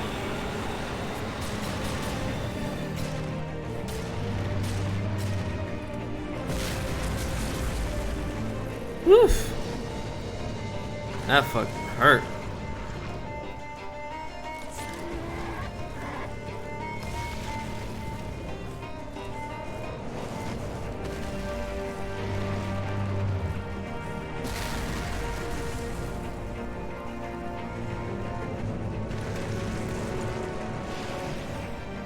Whoops. Hold on.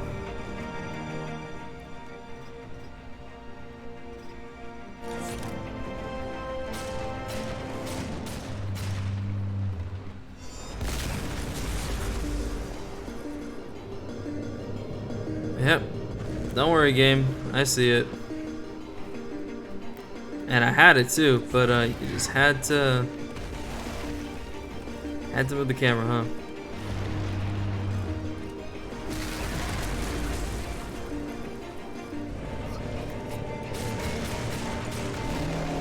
Got him.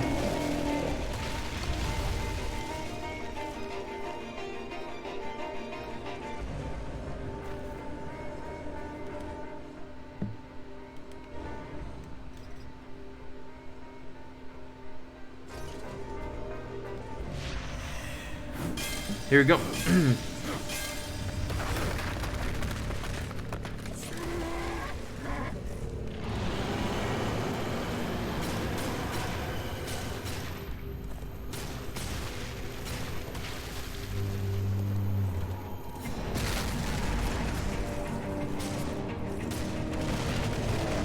Got him. Oh man.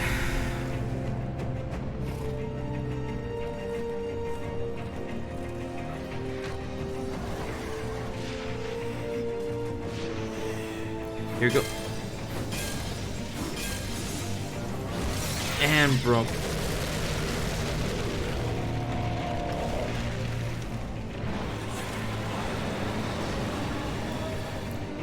blow me. Try that shit again, see what happens.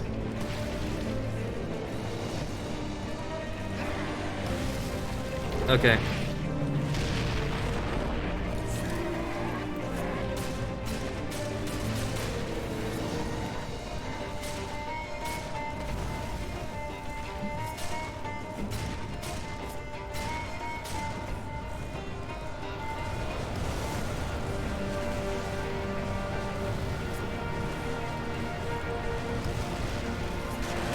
Got him.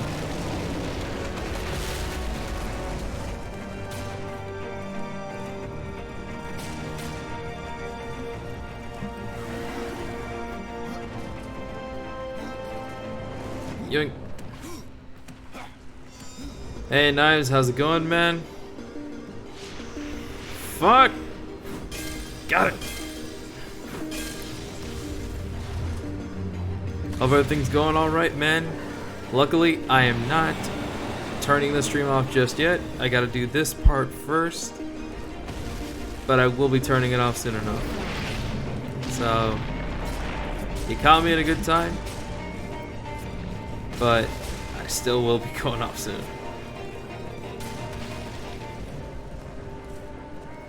Not tired? Nice.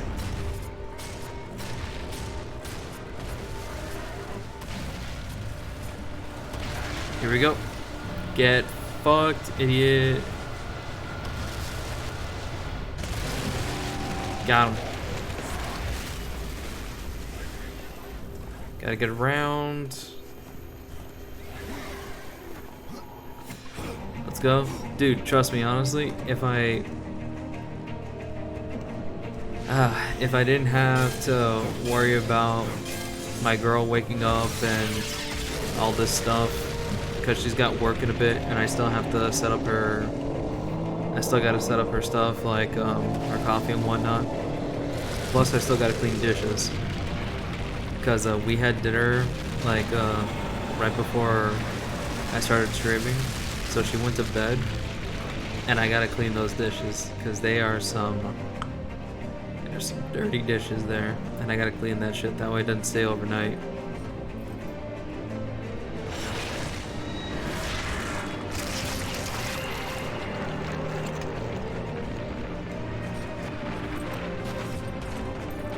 Here we go.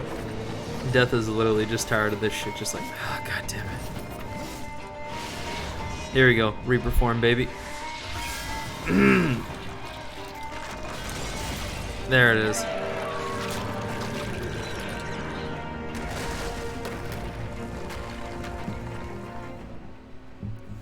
The Dark Talons.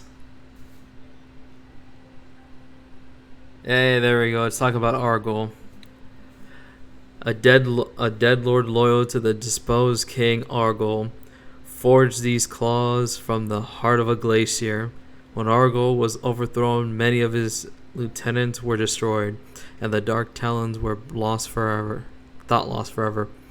These weapons seethe with the essence of deep winter cold, and every strike freezes the blood of its victims.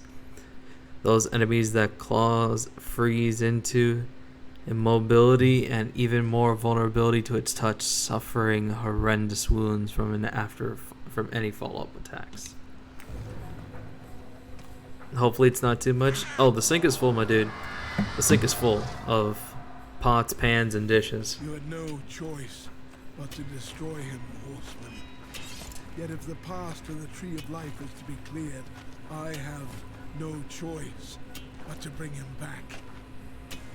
How many times would you have me kill him?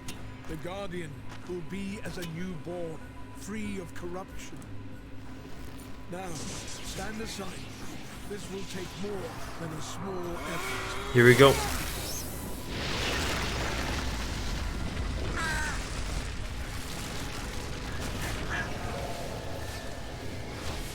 You won't survive this! I am a maker. That task defines my very purpose, as the reaping of souls defines your own. There is no escaping it.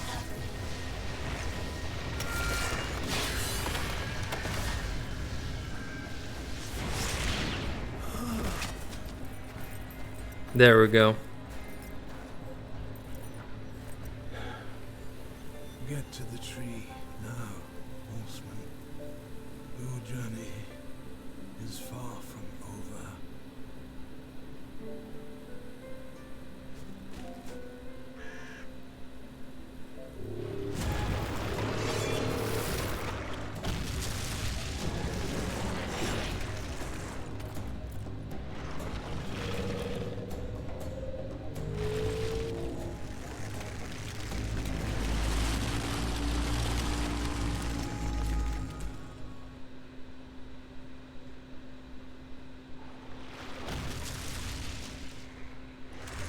Here we go.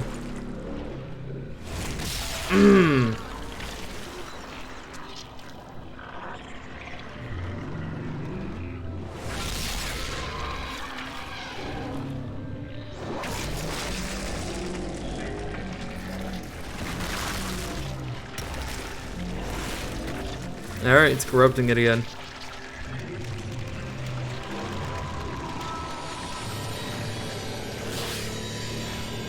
Nah, JK. Hey, Kaz, you motherfucker. Thanks for the fucking resub. God damn. 33 months. Fucking Christ, man. Anonymous has a gift for you. Wowie zowie, guys. Anon. Just for us.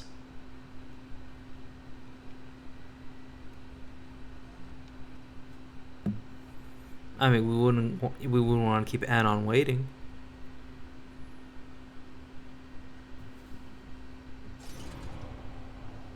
Let's go see what the lovely gift from Anon is.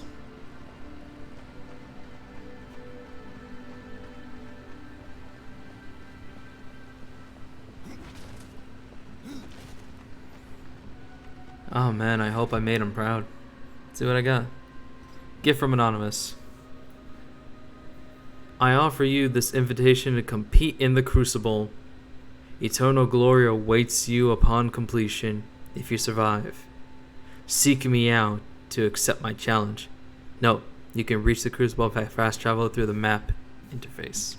And there we go. The Fool card. Upon a new adventure, all is unknown. The traveler starts the Fool, gaining knowledge as the path is revealed. The Crucible has been unlocked on the world map. Take with you this card and discover the identity of the sender and their motivation. And there we go. Just like I mentioned before, the Crucible. And boy, did the Crucible in this game, ooh, it was a chunky motherfucker. Let's see. Trying to remember where they put it on the map though.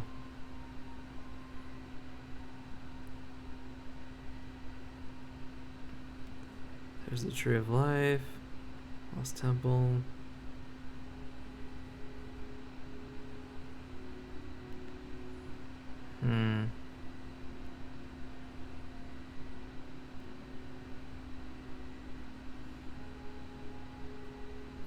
Actually, you know what?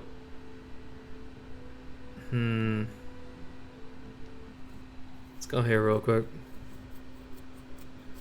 I'm gonna finish up the Shattered Forge, and I think we can call it as soon as I'm done here.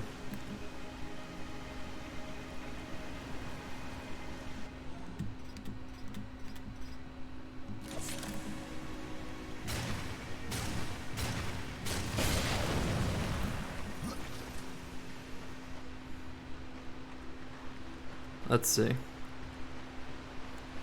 Just trying to get this boy his hammer back.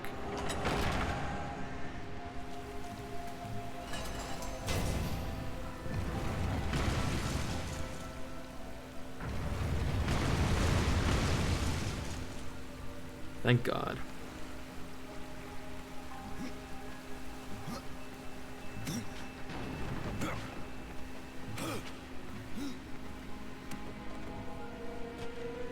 How you doing tonight, Kaz? Literally, not gonna lie, man. Was not expecting you to show up at all for this. Sick nasty, dude.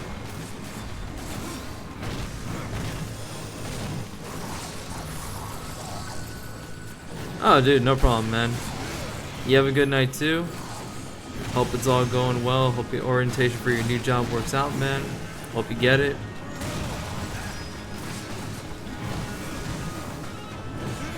Hope it's all good.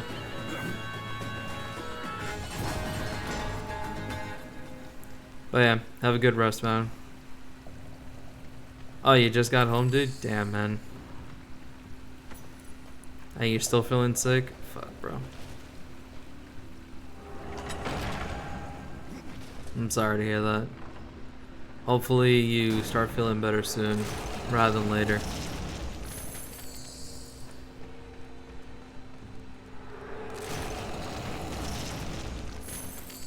There you go, just get that cashola.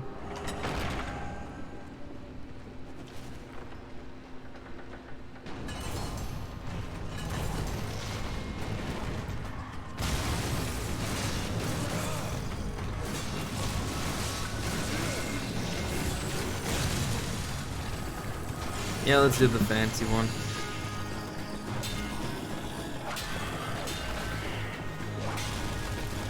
I'm sure you would, man. I mean, shit, weren't you gonna start getting back to streaming this week? You can't disappoint your fans.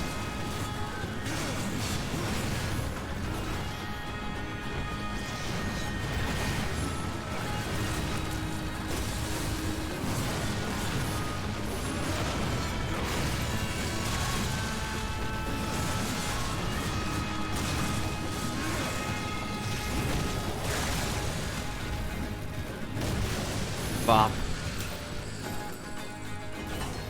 Da big swing.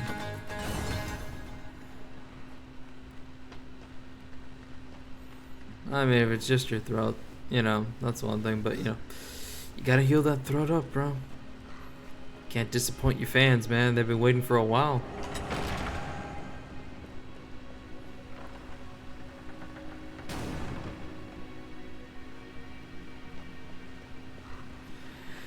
Right though? I mean, honestly, I was playing the first game for a while, streaming it. I started streaming it like last year, but like I wasn't able to stream it like consistently because XYZ reasons. But so far with 2, I've been able to stream it at least consecutively. So, you know, it's a good thing. I love the series, I really do. Just glad I'm able to stream that love.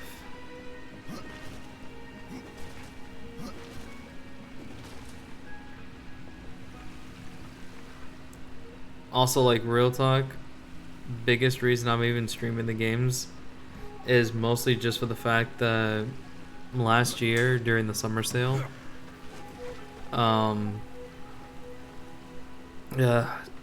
throat's dry as shit, so sorry. Last year during the summer sale, they just happened to have Darksiders Genesis on sale, and that's the one I hadn't played yet. So I grabbed it, I played it, I enjoyed the hell out of it. And then I was thinking of some games to do for, like, you know, like, oh, if I want to play a new game or whatever for streaming purposes, but not something like full on, like, oh man, this will take a while kind of thing. I was like, you know what, Darksiders, I could do Darksiders. Like, I know that game like the back of my hand, you know, I'll probably fuck up here and there with like some puzzles or whatever. But at the very least, it's like a game I know I can just like play through without having to focus too much on actually trying to play the game. Where I can just be like, you know, this and that and the third, blah, blah, blah. Hey, did you know lore-wise this and that happens? You know, I could do shit like that. And it won't be something like, oh man, you know, you should really focus on the game. It's like, yeah, okay. Focus on these nuts, man. Got 'em.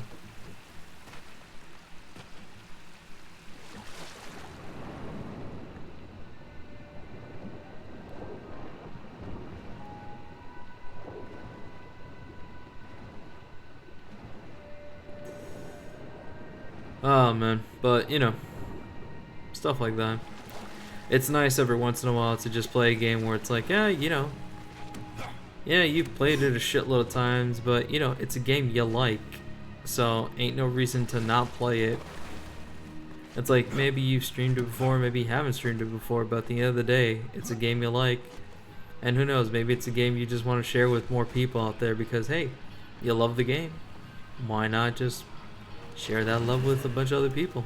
Who knows, maybe you'll find other people love it too, or maybe you just want other people to enjoy something you enjoy as well. Who knows, man?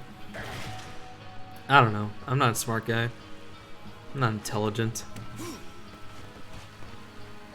I don't use them big fancy words. I'm just a guy who knows what he likes. I'm just trying to share some of the love. Ooh, that was a close one. Whoop. Ah, man. But yeah, funny enough, we're like right there from progressing the story along pretty hard. But instead of doing that, I'm trying to finish like this one side quest before I move on and call it for the night. Because I still got to do some other stuff around the house before Betty bye time. Luckily, this area still has these dudes at like a low level, so killing them is going to be really easy. They're half my level.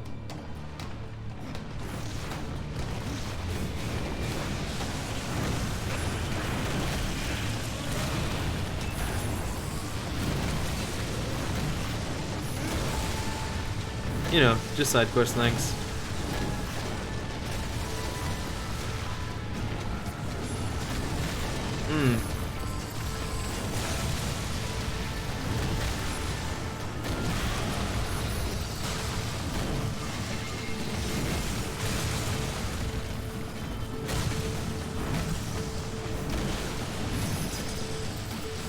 You take the big swing.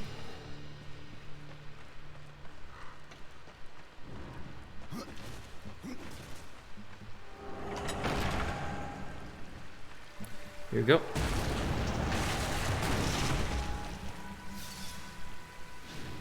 Thank you. The key.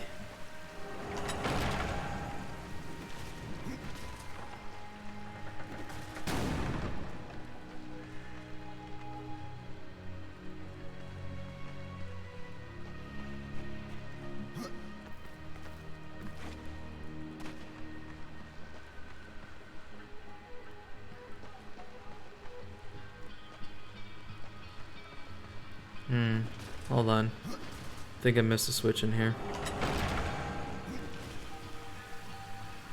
Yep, I did. I was blind, but now I see.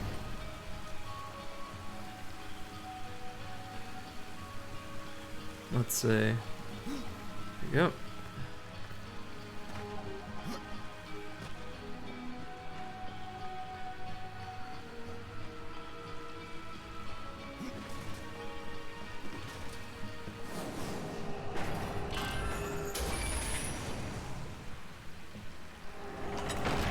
Ah, itchy. But yeah, man, you're thinking about doing your streams again, what, this weekend or whatever?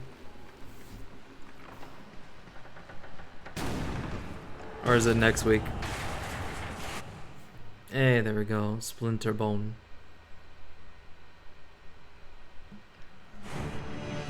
Interesting. Yeah, it is interesting. Now we use the world map.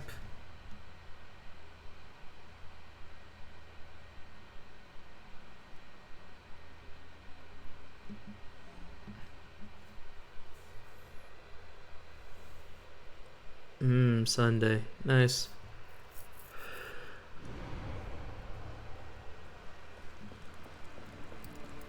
So what's the comeback tour game? What's the grandiose return of based cars.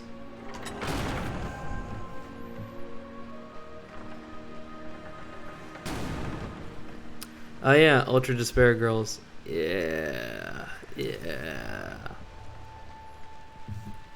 That's the shit. I can't believe Idar's gone. I never thanked him for all he did. I know, it's tragic. Here. I believe you were looking for something. Ah, Splinterbone. You found it. I don't know what to say. I leave you to your work, Alice. Should you come this way again, you may find items of even greater power. Cool.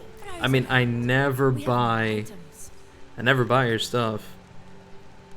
You know, like ever.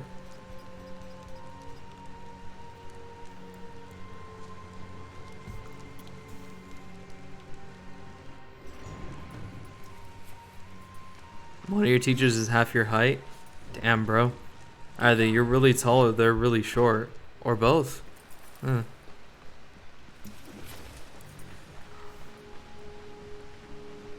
But, let me see.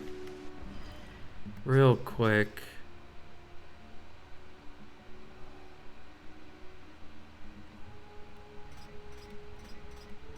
I have so many active quests.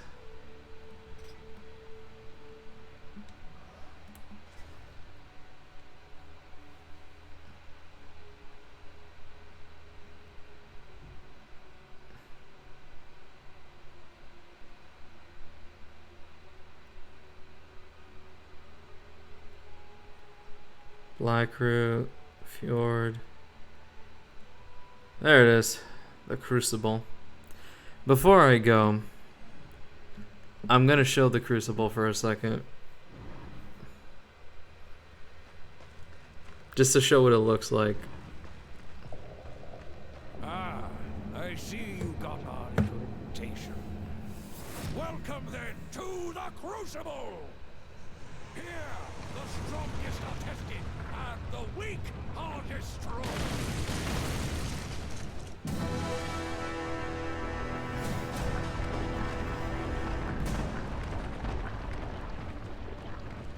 Sexy ass shit.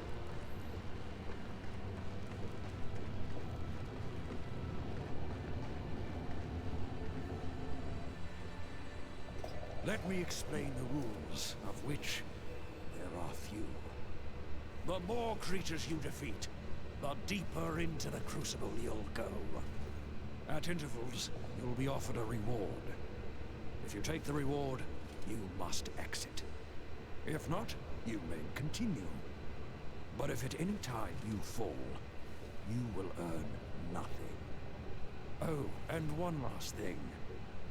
No one has ever finished the Crucible, besides me. Do you wish to enter? Until next time. But here we are, guys. This is the Crucible. This is basically our little arena. We can do bonus fights in here, earn some sick ass rewards, and there's even a secret hidden boss at the end of the Crucible. But we'll talk about more of that in the next time. For now, I really should be going. I added so much to the stream time, but I hope you guys enjoyed it, and I'll see you guys in the next stream, which will be tomorrow. Hopefully nothing goes wrong, and it will be Halo, finally, after so long. So, see you guys, have a good night. Kaz, rest your voice, that we can finally fucking talk and get back to doing what you want to do. Till then, peace out, have a good night, everybody. And later, knives.